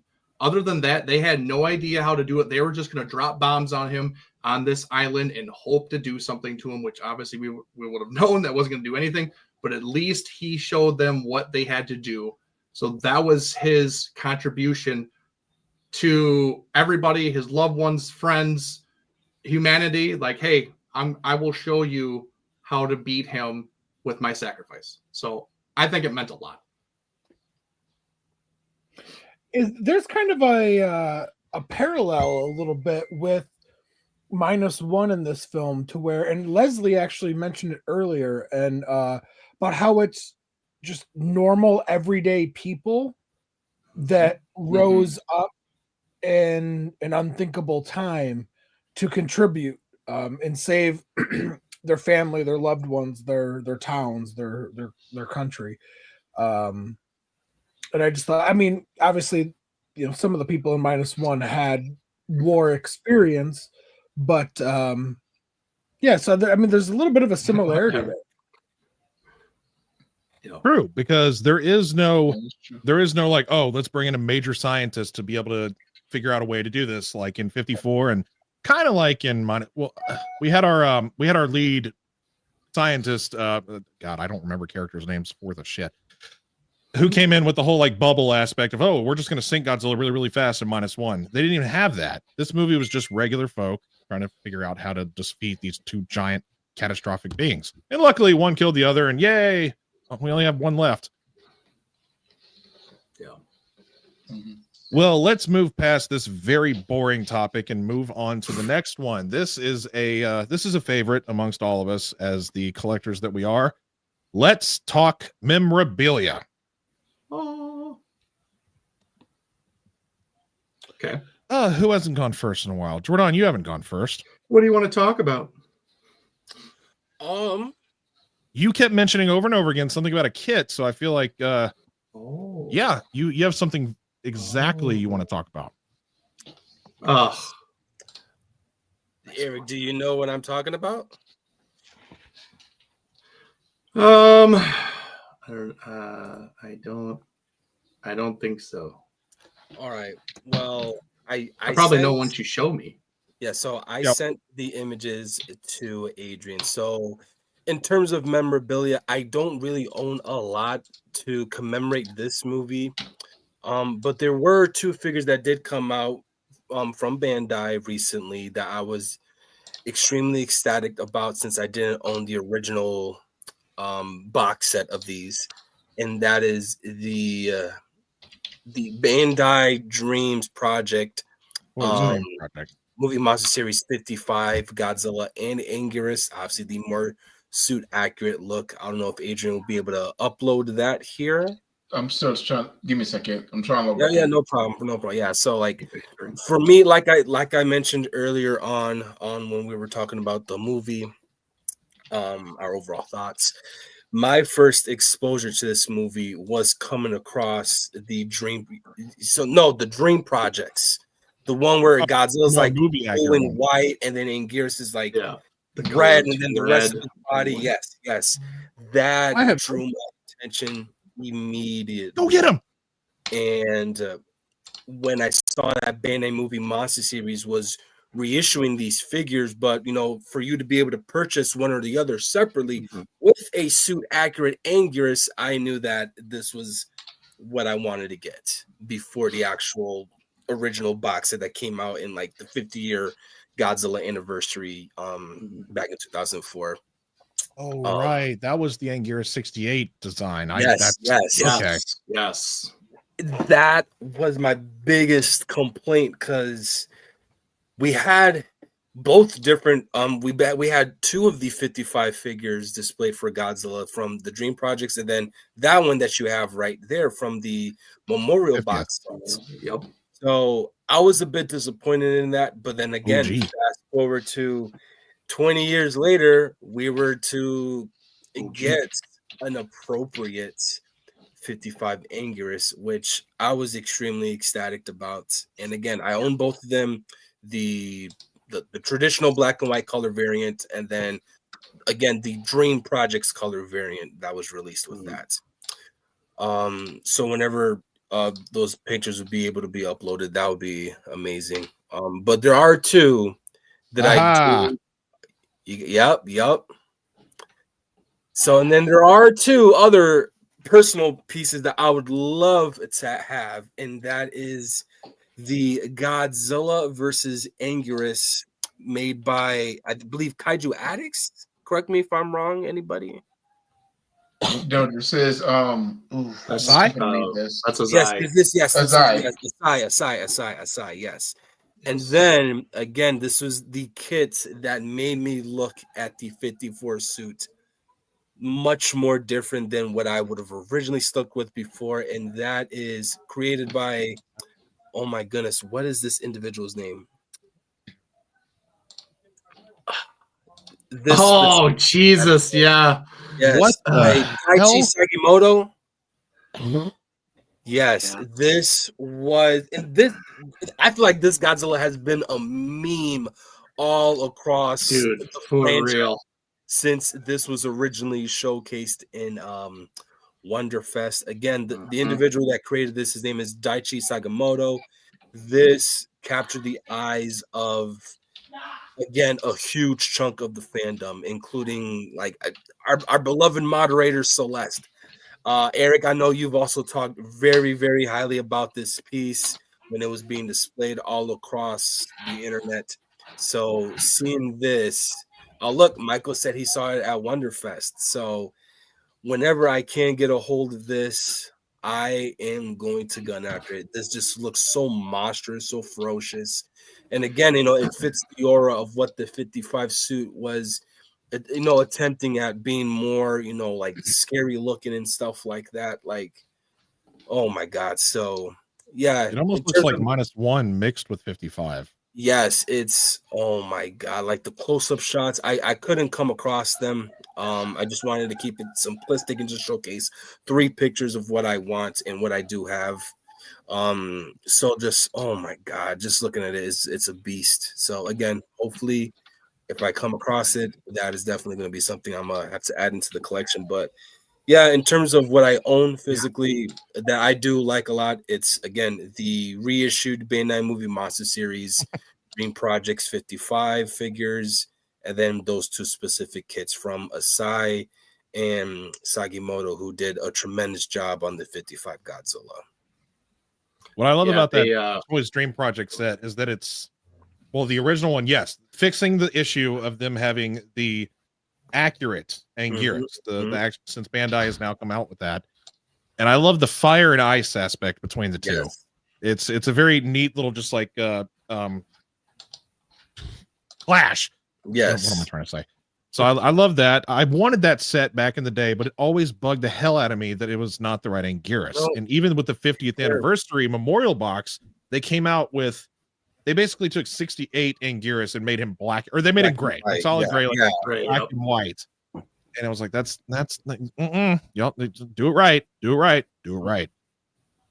Well, here we are. What is it? Something odd years later. Yeah, 20 years later, literally. Finally, yeah, that set came out. Final Wars era, 2004. That was the 50th. It says on the box 50th anniversary. And it's just it's one of my favorite sets, and it's thank God they finally fixed it. All right, I'm yammering because I don't know what I'm supposed to actually say now. Eric, you got memorabilia next to you. Fucking showcase your stuff. I was just gonna add on that it's funny that you brought that up, Jordan, because that'll be in the running for model kit of the year. Ooh. We do our figure of the year voting coming up soon.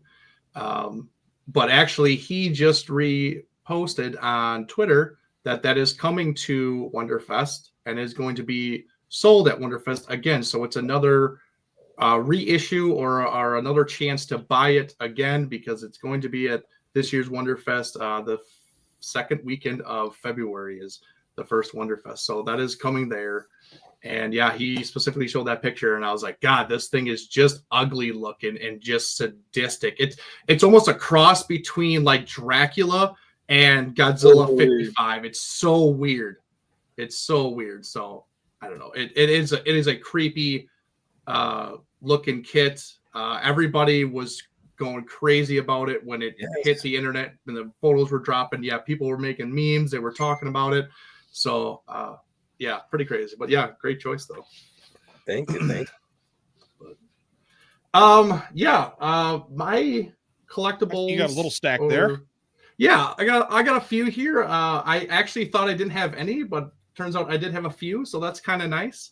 First, I'll just kind of show off the like Samson was before, the OG Memorial box set Godzilla 55 that I have.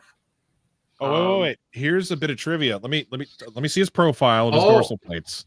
Oh God, this is Samson ruined this figure for me. So Bandai messed up their 55 Godzilla suit. They glued his dorsal plates in upside down. They are a separate piece, and they are glued in upside down. I took a hair dryer and a butter knife to mine, and I pried it out, turned it around, and flipped it right side up. Because if you look at the middle, the biggest dorsal plate is towards the bottom. They glued it in upside down. The original 50th anniversary memorial box messed it up. So for real collectors, they fixed it with the more modern release that just came out, because they reissued 55 Godzilla not too long ago. But they messed up the dorsal plates. I have mine correct, and Eric still has his as it initially came out as. So Eric, if you ever feel the need mine to is more special. He's more special. Mine is more special. Mine is 100% authentic, never tampered with, never messed with. Okay, so just saying. Yeah. But for also, those that didn't know that, they messed that. Bandai made a mistake on I don't know how many sets. That's okay. We'll be fine. Fix it, Another one that I loved and initially got right away when it came out is the M1 Godzilla 55, which I thought they just knocked this sculpt out of the park, because this thing is just absolutely stunning. No, it is nice. It looks good. Yeah, and this is the first release. It's the first colorway that they did. I think they've done a couple since then. Let's get my face out of here. It keeps wanting to focus. There's so much going on behind you. It wants to. I know there's a lot going on. So yeah, I got that guy. Let's see, and then I have the Marmot Parababy set. Wow. Leave my face out of this. Anguirus looks crazy. He does look crazy. Yeah. He got that crazy look in his eye. You have a different colorway than I do. I do. Mine is the original mail away box set. Or set. Even though they don't actually come as a set, you have to buy them separately. Yeah. And you have the Osaka, or the Osaka I do. Castle in more of a yellowish tint as opposed to this white one. Again, again, mail away. And if you got, because they did do them differently. If you got the sets, like if you got one of the Anguiruses or Godzillas that I have with one of Eric's, they would have been completely different colors. You would have had like a yellowy, ugly colored one top or bottom, and then the white one like I have, and they just would have looked so mismatched. So you need to get the right. You got to get the right ones in order to get the Parababy set. But it's so great that set comes with a top and bottom of the castle, and you have to complete the set for them to be paired together properly. I did want to show off this thing is old. This is oh my gosh. I mean, you see, I even put stickers on it when I was going to say, what is not knowing what I was doing. I just put stickers on the sides and the front. And I mean, this thing is beat up. It's taped. I mean, this thing went through a lot of wear and tear when I was a kid, man. Like this thing is truly a treasure, and it's made by Video Treasures. I love the tape on it. So, oh yeah, like the tape's all yellow and stuff. So I would love to start getting nicer versions of these VHSs because I think there's just being nostalgia, and we've been talking a lot about physical media as of late on our channel, the importance of it, and just what they kind of mean, and it's just kind of cool, you know. So, and speaking of physical media, I obviously have what is this one? The classic media? Is this classic media? Classic media. Yeah, the classic media set, you know, with the English and the Japanese versions. So, I mean, definitely a staple to have. I won't get rid of this because the Criterion version does not have the English version. And I've obviously with this show, you know how much I love the English version, so I will not get rid of this.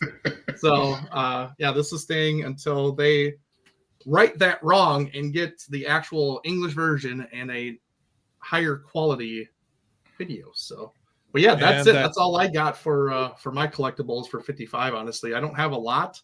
I still want like X Plus quality, you know, suit accurate kind of thing. Maybe kit, but just haven't found anything that I really, really love, or just I haven't had the money for yet. I agree with you, Jordan, about that Kaiju Freaks Azai fighting one. I really want that one. I hope X Plus brings it out in the FSL line. But you like my stickers? Like my robot stickers? They're just random ass, just don't mean anything. They're just random robots. That's funny. So that's a ship. That goes to show that is a childhood tape right there. Yeah, literally. Yep, it is. So yeah, that's all I got. Unique little collection. This movie doesn't have a tremendous amount of love in the toy lines, but there's some out there. And I definitely want to get the new Anguirus 55. I saw that for the first time at G-Fest last year, and Joe knows this. I picked it up and I was like, wow, this is actually really impressive.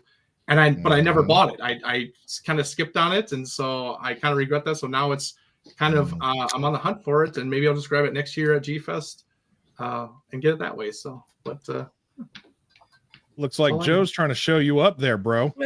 Wow. Always trying to do that. Speaking of, what do you got? What do you got for us? Anything interesting that we're so good? So this is the Bandai came out 2 years ago, 2023. The 55 Anguirus, which is great. It's the first time we actually got an actual movie mod. We got it in Toy Dream Project, which I also have, but I could not reach them without knocking other stuff over, so I did not grab them. But this Bandai is fantastic. It's really great. And I also have I don't know if I was gone, if anybody talked about this. I have the X Plus set, the resin statues of the 55 Anguirus, where it has a base and you connect them together. But for obvious reasons, that being too heavy and too fragile, I'm not hauling it upstairs.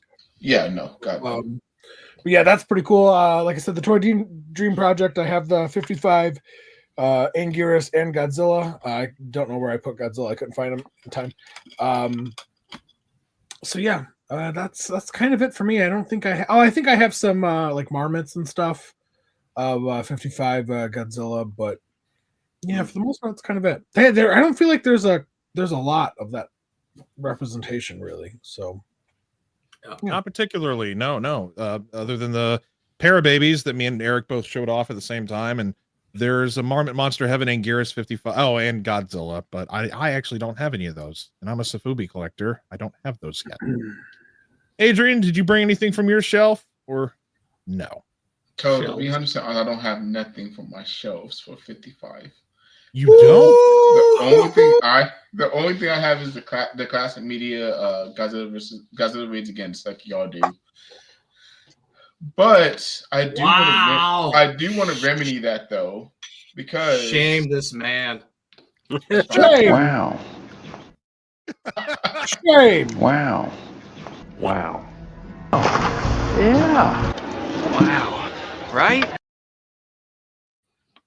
Good Lord, you get all the wows. You get all the wows. That's fine because I know, but so much wows. I have been kind of thinking about getting the 30 centimeter set, possibly. We'll see. But this, since Leslie brought it up earlier, this is really what I'm trying to find. Is the KOC, which that beautiful son of a bitch is right here. About to say, yes, screen share. Yes. And of course, I had to use Leslie's video to show it off because Leslie does do a great job in capturing this figure. Because shameless self promotion. Look at this beautiful bastard. This KOC perfectly represents the 55. And of course, I know KOCs come with two heads, and honestly, I love both heads too. So I wouldn't even know which one to even put on there. But really, this is what I'm trying to go after eventually. And yes, does this because of your videos where I want to go after it, obviously. Don't give him credit. It'll go to his head. I mean, it's going to go to his head anyway, so. You already makes our shows long enough as it is. But yeah, that is what I'm going to be trying to go after is the KOC 55. Because if I'm going to have 55 in my collection, it might as well be the best one. Yeah, absolutely. Absolutely. Well, for me, the only thing that I can showcase that nobody else has touched on yet, I've had this for a very long time. I got it for a pretty good deal back in the day as well. Being the major 25 centimeter collector that I am, I do have the monochrome 55 Godzilla and the monochrome Anguirus. Snap! They didn't come as a set, like a box set. They came separate releases. But I had somebody, 2011, I think it was after my first G-Fest. He sold me the set for 300 shipped for both of them. Jesus. So 150 a piece. And think about how rare these things are today. So, absolutely. I love just the very Godzilla's got a more dynamic pose. It's very cool. Mm-hmm.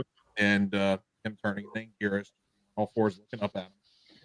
And I like it. It's very the Bandai stuff is almost the exact same thing. I do have the Bandai. I got the new Bandai, the Godzilla 55. So I do love those too. Other than that, the ones that would be really cool to have because I love Marmot. Marmot did come out with a Anguirus, and he's on his back two legs, kind of like reared up. Godzilla. He's blue with I think a green spiky back. Maybe there's several. Well, there's like a hot pink one too that I see a lot. So that yeah. The only other thing that does anybody remember when when this was announced a long time ago when Bandai Creation was going to be coming out with the Anguirus 55. And it was exciting for us because we were like, oh my God, this thing hasn't touched the light of day. We haven't seen this suit yet. Holy crap. And then obviously it never got to see the light of day. Oh, there was my first obvious bomb. I forgot. I haven't said it yet. So I mean, how many people remember seeing this and be like, it's finally happening? Of course. I remember you see the little Mecha Godzilla, I can't even talk. The Mecha King Ghidorah, they even showcase little Godzilla. This Anguirus, in my opinion, if they did, put push the button with this would have been the far more superior Bandai 55 Anguirus than what we have right now. You think so? Yeah, absolutely. I mean, just Why? I don't know. I like the scope a little bit more. The paint scheme is a lot more cleaner than what I own in the 55 Bandai Movie Monster Series Anguirus. And it's not to sleep on that figure regardless, but I like this mode a lot more. And I was excited when I saw this like surfacing all over the internet originally. So to know that this was never something that was brought into us, the community, is very disappointing, alongside with the other monsters that I just mentioned. So yeah. It was a highlight for sure. But then Bandai Creation, they crashed. They did not maintain their licensing or whatever. They just stopped being a company. I don't remember the specifics behind why Bandai Creation stopped existing, but it did. But now Bandai, actual Bandai, remedied that for all of us. And it's got to be one of the better of the Bandais that have come out in recent years. The paint application's really good on this bad boy. Paint application, the sculpt, they did not, I mean, there wasn't really much they could do with the tail. Maybe if they did put some highlights like they did on each of the dorsal shell. But other than that, it doesn't decimate the figure for them not to paint every single little spike on its tail. It doesn't hurt it. And thank God they actually painted every single toenail. Because you could see them just not doing that. Especially as of late.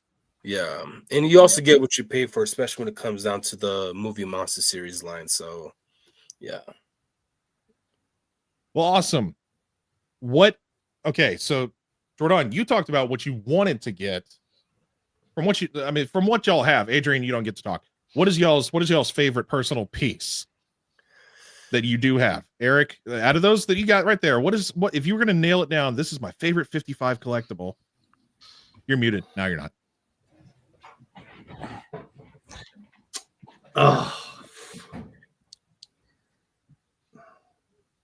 Probably have to be my VHS. Like it's honestly, as ridiculous as it might sound, like this is just what got me into it. And obviously you saw, like, I was into it. I mean, I put stickers on this thing. I watched this thing.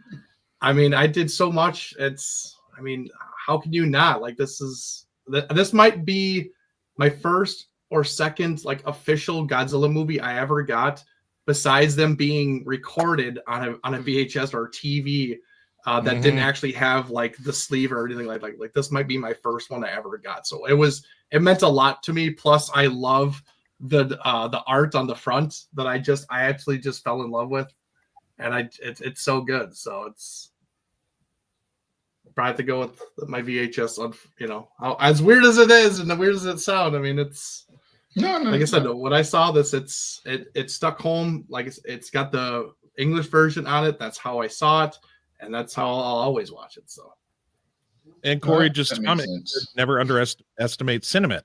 Yeah, sentiment means absolutely a lot. Understatement right there. He's right there. Joe. Yeah, Joe. Muted. You're muted. Sorry about that. I think my favorite piece that I own is the X Plus, the original X Plus resin statues.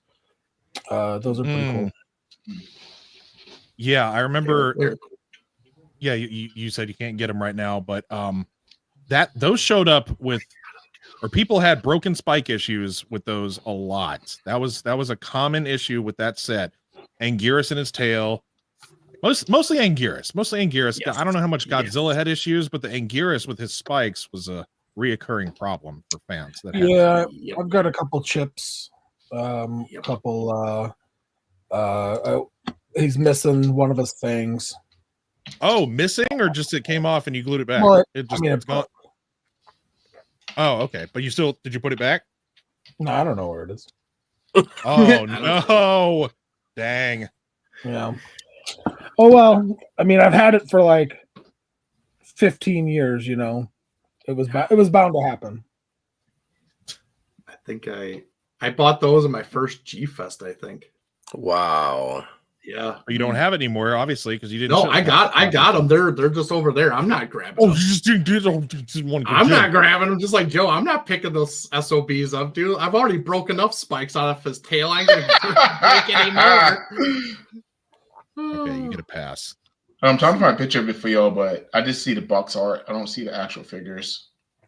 They're cool. They're cool back in the day when X Plus was doing resin figures, but man alive, are they just fragile like it. If anybody was always worried about resin figures, that's the reason why from those sons of bees, because those things are just, whoo, those things suck.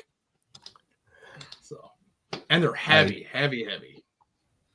I agree. That's why that's why I'm afraid of resin. It was that set, and then the resin Mothra / Godzilla 64. And the Dora, and the Godzilla 64. And... Oh, yeah, there was a Dora. Well, Jordan, you said you didn't have a lot, but... Yeah, nah, for me, I would just have to stick to my guns and say the reissued Dream Projects movie monster series figures. Like I said, those originally seeing the actual, like the original figure during the 50th anniversary was what introduced me to the movie. So, and that's still something I'm on the hunt for, you know, because I mean, it would be cool to have that classic set. I love the box art; it's tremendous. But yeah, to see again Bandai bringing that back with that exact color scheme as to what was presented in the OG Dream Project set, I purchased those figures before I even purchased the original color schemes when they reissued them as well. So yeah, that would be it for me. Right on.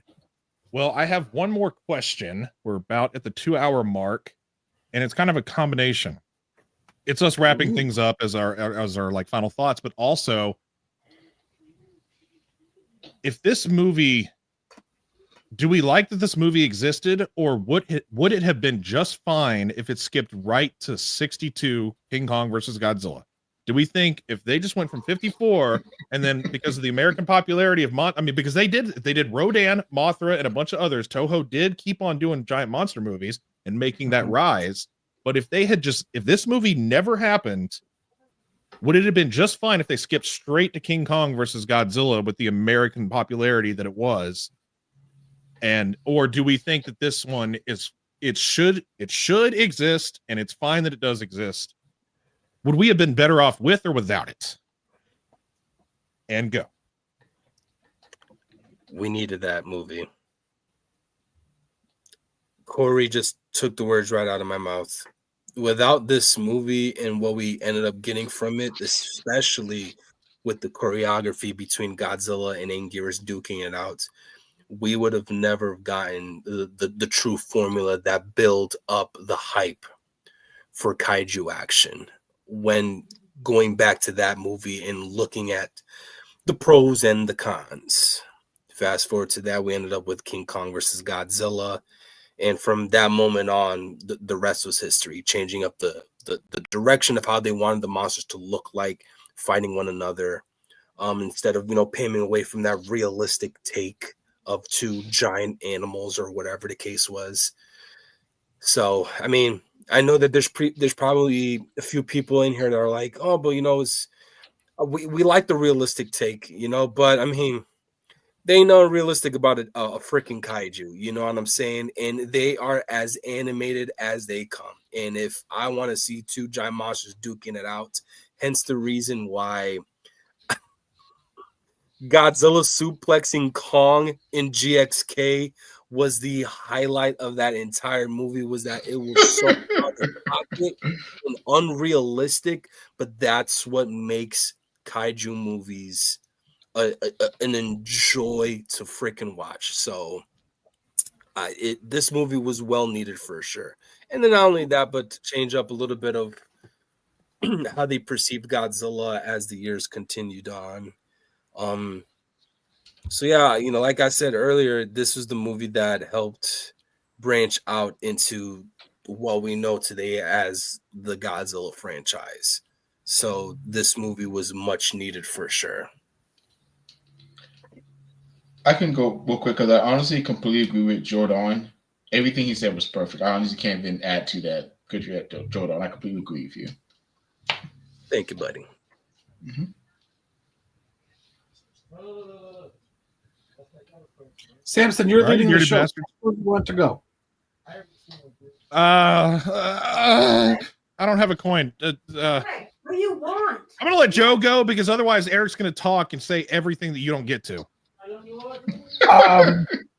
You know, I don't think they should remove it. I don't think any movie should be removed. All of it serves a purpose, and you know, it's someone's favorite somewhere. So I'm cool with it. Is it my favorite? No, but I do love the film, and it's a lot of fun. It's the first introduction of Anguirus. It's the first time Godzilla fights somebody, and it sets up the entire genre for the future. So, yeah, I say keep it.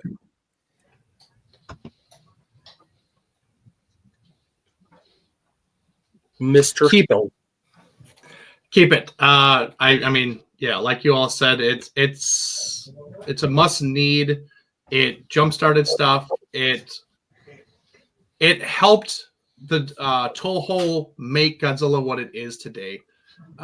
They tapped into something that, yeah, it might have not been the best in the box office, but people loved it. People were intrigued by it, and it captured people's imaginations because they wanted to see more. And as we later on, I mean, we got that. We got Godzilla fighting all shapes and sizes and backgrounds of kaiju, from this crack to that hole, that cave, wherever they come from. He was fighting them, and yeah, it jump started everything. So it needs to be there, otherwise it won't happen. And they learn from mistakes that they made, and to make it better, you know, with the next one. And it's so unique.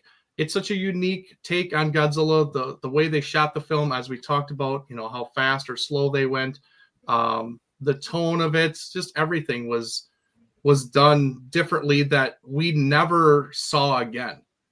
And maybe the only one that could maybe come close to this kind of movie would be Smog Monster. It's just very different. It's kind of out on its own.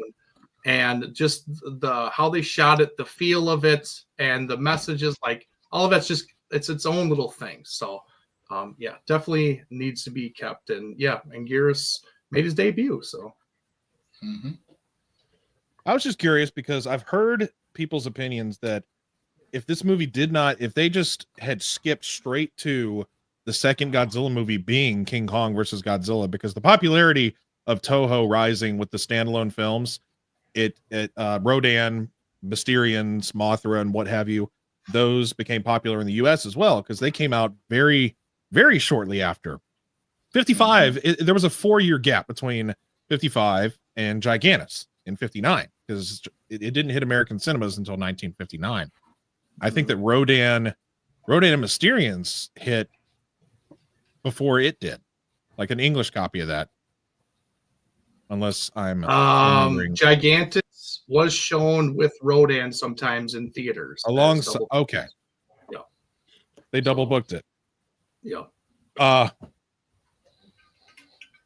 So lastly, did this movie wrap up well, or did it drag the hell out?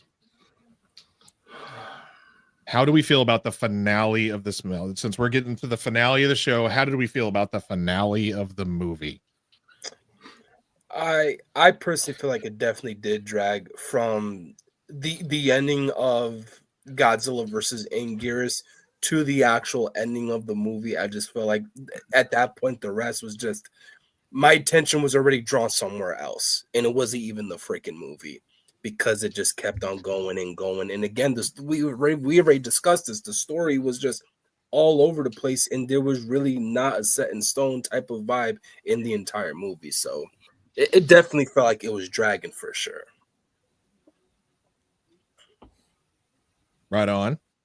Eric, you're shaking your head, so I'm going to give you yes and no.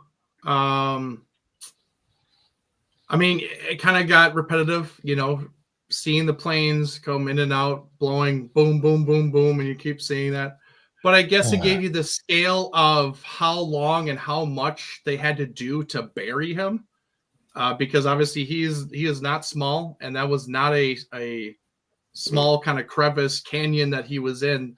They had to literally bury him to completely over the top of his head and that whole canyon to really stop him. So I guess it gave you a scale, but also it did drag on. But I did like that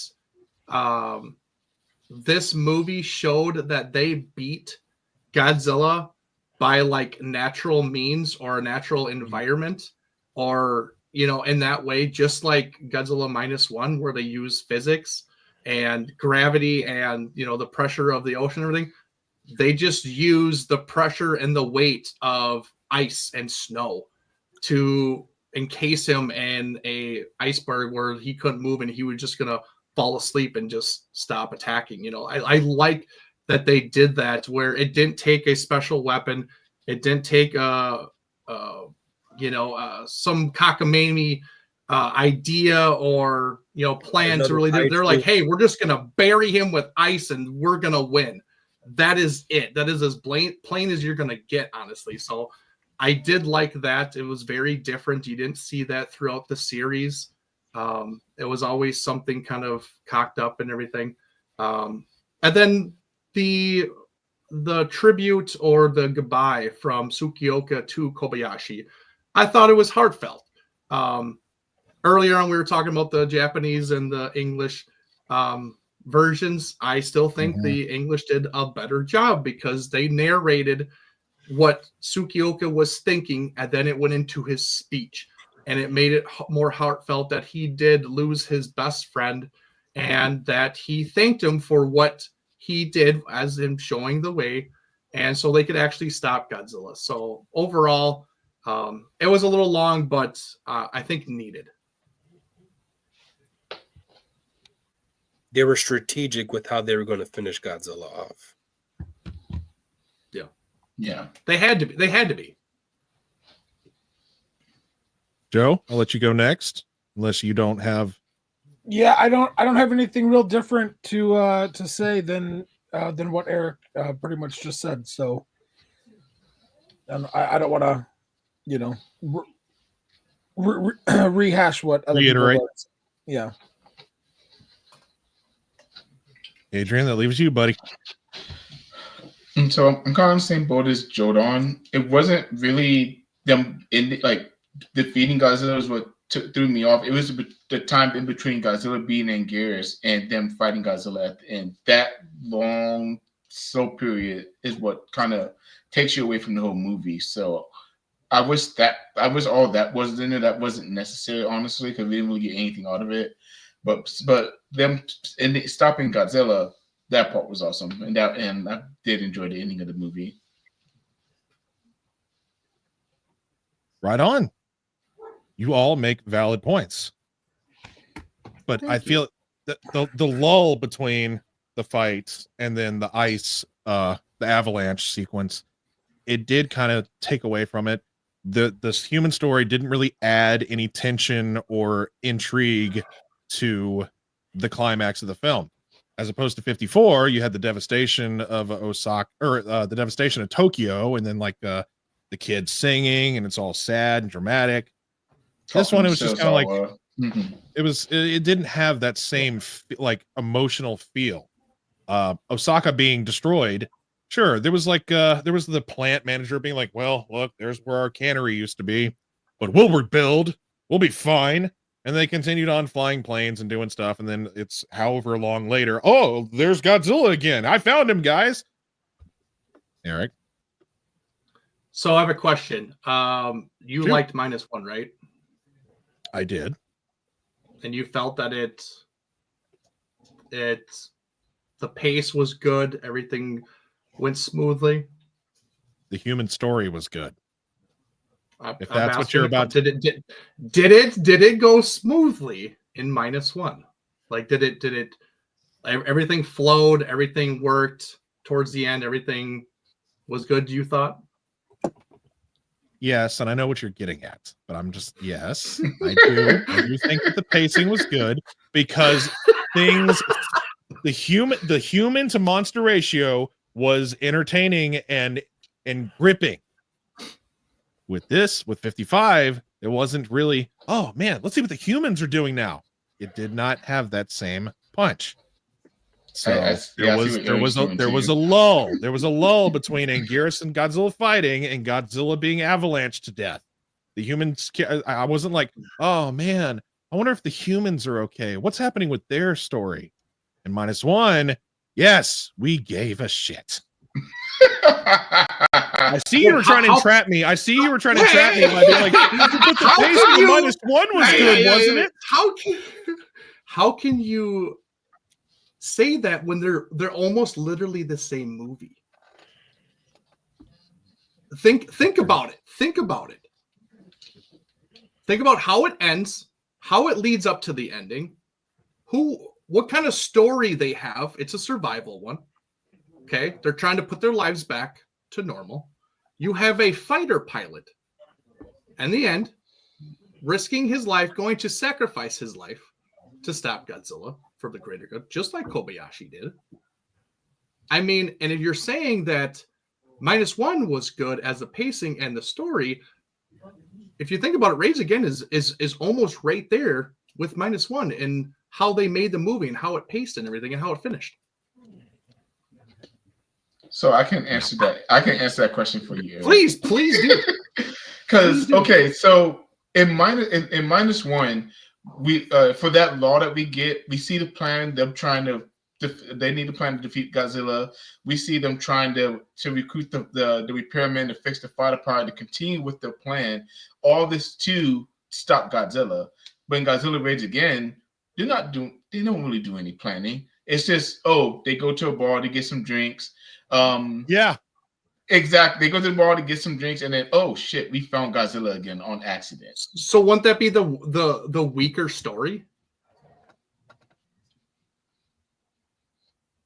Wouldn't what be the weaker story? 55? Yes, that's the weaker. No, wouldn't -1 or not -1? What? Yeah, why wouldn't -1 be a weaker story? Because they thought of a cockamamie plan at a bar drinking. Whereas in 55, they militarily, strategically was like, hey, if we get him to this island, we can drop bombs on him, but that doesn't work. But then all of a sudden, hey, let's bury him. I'm just asking questions to people. I can't. I'm just asking Eric. questions. I'm sorry. You're not gonna convince me. Did you cry at the end of 55, Eric? Did you cry at the end of 55? No, nobody did. I didn't cry at -1 either. The hell you didn't. I didn't. I swear to God. Joe was with him. Joe was there with me. Okay, I was there. He absolutely did cry. Oh, he is lying. I still am finding snot on my sleeve. Oh my God. Yeah, he absolutely did. No, I mean, I'm making it sound like he was a blubbering mess. He wasn't a blubber. He was choking back tears a little bit. His lip quivered, and then I had to hold him. You were still holy shit. I had to hold him for like 20 minutes while he could cry. The only movies of Godzilla that ever made me cry were 85 and 95. That is it. That is it. Those are the only two. Eric, and not -1. No, Eric, I wanted him to die. I wanted him to die. It would have meant so much more if he died. Look at how big Eric's nose is. Eric, it's 2025. Your toxic masculinity doesn't need to come through. You can show your emotions. Okay?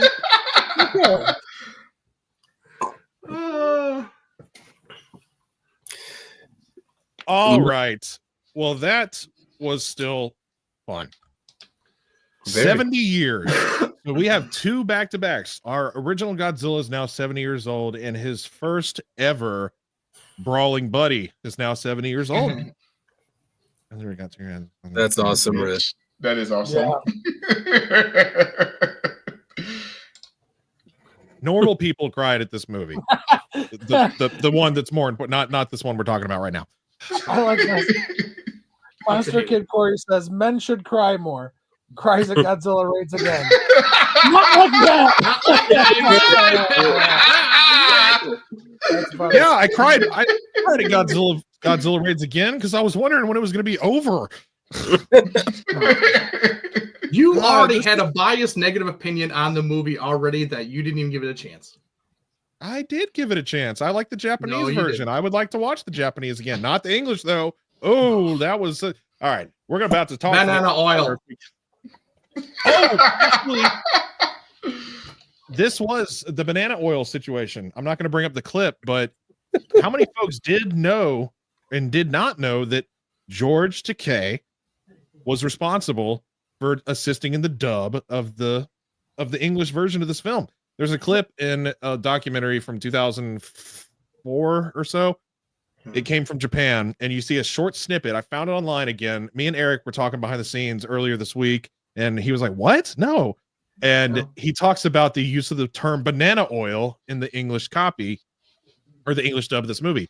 I forget what the word was in Japanese, but it koba something. Bakayado. It's bakayado. Bakayado. And he goes, bakayado, which means stupid fool. So while we're trying to George Takei is talking about, oh man, there was nothing that really rolled off the tongue or matched the lip movement. And then somebody else mentioned banana oil, and that's why that's used in the movie. So he is actually also he's the one that does the dubbing for our main lead hero, and he's the narrator for the entirety of Godzilla Raids Again, or Gigantus the Fire Monster. So there's a Star Trek connection between 55 Godzilla and Star Trek. Wow. Just a fun little trivia piece that I thought was really neat that it took me forever to remember where I saw it from, but that's where it was. And that's just interesting to know that a young Japanese American George Takei worked with the English creators of Gigantus the Fire Monster. Wow. Okay. Unless anybody has any other closing thoughts, what more can we say about this 70-year-old film? It was not directed by Ishiro Honda. Anguirus yes, is 70 that too. years old now. I know. His joints got to hurt, all four of them. Yeah. Mm-hmm. Being on his knees for all these years. Anguirus, actor, did not wear feet when he was in the suit. Wow. What do you mean he didn't wear feet? His feet hung out of the suit. Mm-hmm.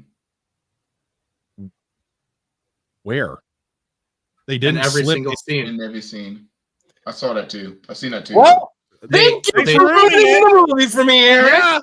Yeah. No, I'm just saying.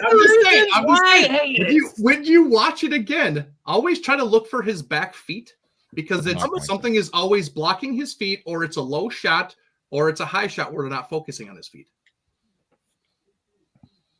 You just love to ruin movie magic, don't you? You just I'm not. It's fun to. I want to learn like, about that. hey, stuff, look, there's the camera great. guy in the background of that one shot. They didn't cut it out. That coffee cup in Game of Thrones. I don't watch Game of Thrones. Oh, Jesus. Oh God. Well, if you know, you know. All right. Well, this was a delightful back and forth of this very controversial sequel to the original Godzilla. Love or hate it, it does exist. It is part of the lore. And happy 70th anniversary to our boy Anguirus. No, we don't have to talk about it ever again. Well, okay, what about 2035? Yeah, we can talk about the 80-year-old anniversary, depending on how many of us are still alive. We're not Yeah, this in 10 years. I'm cool on that. Happy birthday. Does anybody have any closing thoughts or announcements before we sign off for tonight? I've got a few announcements before we Go ahead. Close it out. Thank you. Go ahead, Mama. Besides, as always, following us on all of our social medias, don't be a hoe, share our show. But some upcoming guests, I would like to. Well, one I will for sure announce. Ryan Perot will be joining us for an interview. He is the mastermind behind the Boom Studios Power Ranger comics that went on from Go-Go Power Rangers and Mighty Morphin, things of that nature. Also, there is, I'm not going to announce their name yet because I'm still in negotiations with them as of yesterday, but there is a Power Rangers voice actor, or a voice actor that lent his voice to Power Rangers that I'm in talks with. We're just finishing some scheduling type stuff. And not one, but 2 Ranger actors will be coming on the show sometime in the foreseeable future. I'm also hammering out some dates with that, so be on the lookout for that. If you guys are fans of Power Rangers in Space, you will want to check that out. Also, thank you, Rich. I appreciate it. It works better when the gimmick is mine. Praise him. Yeah, don't praise him. Don't steal my stuff, Samson. It's mine. Don't be a host. Share the show. This is coming from our man Joe. Yeah. I hate you, Samson, with every ounce of my being. Well, what do you know? So a Ranger from In Space will be coming on. Also, a Ranger from Wild Force will be coming on. So look forward to that. And Jordan, you got something to? Yes. Wait. But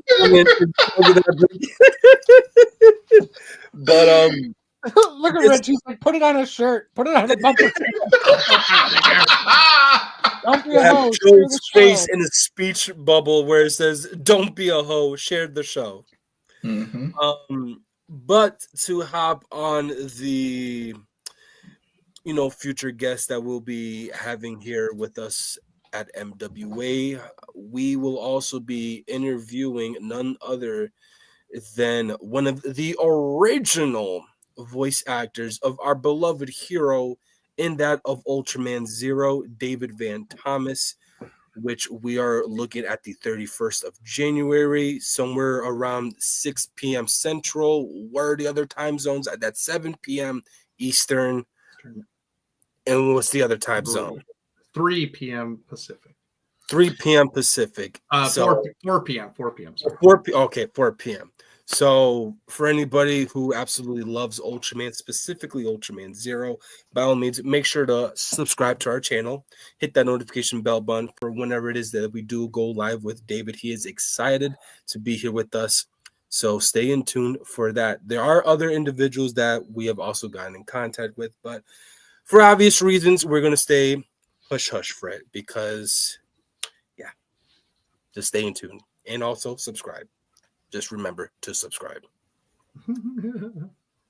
Yes, do all the things. Subscribe to all our channels: Facebook, YouTube, Instagram, X, Twitch, now reinstated TikTok.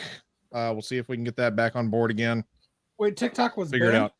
No. So TikTok is back, you guys. Oh my God. That's why I made that joke. That's why I made the joke earlier. Let's not give it any more hype than it needs because it was not that big of a deal. It really wasn't, honestly. And if anybody cried, you a bitch. You guys need to get a life, okay?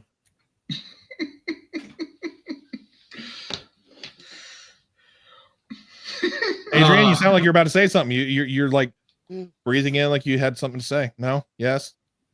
I mean, I can, but I thought Eric was gonna go first. Yeah, I'll just say, keep an eye out for any more content. We do plan on doing another box day. Just gonna figure out the day that works for most of us, because obviously we try to do a group box day, and we have a lot of things going on, and we all have different schedules. So hopefully this coming week we should hopefully be able to do a box day sometime, maybe like a Wednesday or something like that. We'll shoot for. But Joe, what would you like to chime in? Rich, are you still watching? Continue, Eric. Oh, okay. And then on Sundays, tune in for some more kaiju action and fun, where we are doing our episodic talk show where Let's Talk Raw, where we talk about anything kaiju, anime, wrestling, tokusatsu, whatever. We do all of that stuff. So stay tuned every Sunday for for that. So, okay, Joe.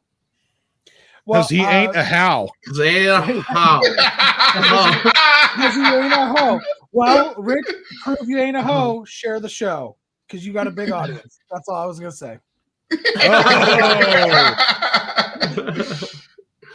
Oh, Jesus. Well, right on, folks. Well, we are right exactly at the 8:30 mark. That is a good way to close out things. So now thanks, I can talk, motherfucker? Oh, you said you didn't have anything. Okay, go fine. No, I said I was going to let Eric go first. I didn't have anything. Open your ears, Samson. Close your legs, Adrian. So I'll keep it wide open as I want to. Anyways, so of course I know we haven't done Figure of the Year yet. We did that for a very good purpose. But Figure of the Year pre-show would be February 2nd.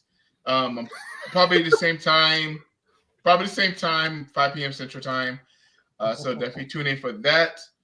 And we will have a returning guest at some point this year. We just need to figure out when. But as everybody here knows, I did talk with Jeff Steinzer today, and he said that he would be willing to come back on. I would love that. If anybody doesn't know who Jeff Steinzer is, Yeah, I don't know who that is. he is the voice of God in Halo online multiplayer. That's what I was Overkill, Kill-tacular, Kilimanjaro, double kill, all that stuff. Mm-hmm. That'd be fun. Especially she'll get to interview him this time, Eric. Yes, you get to pop in and talk to him. Yes. Yeah, you get to talk to him, man.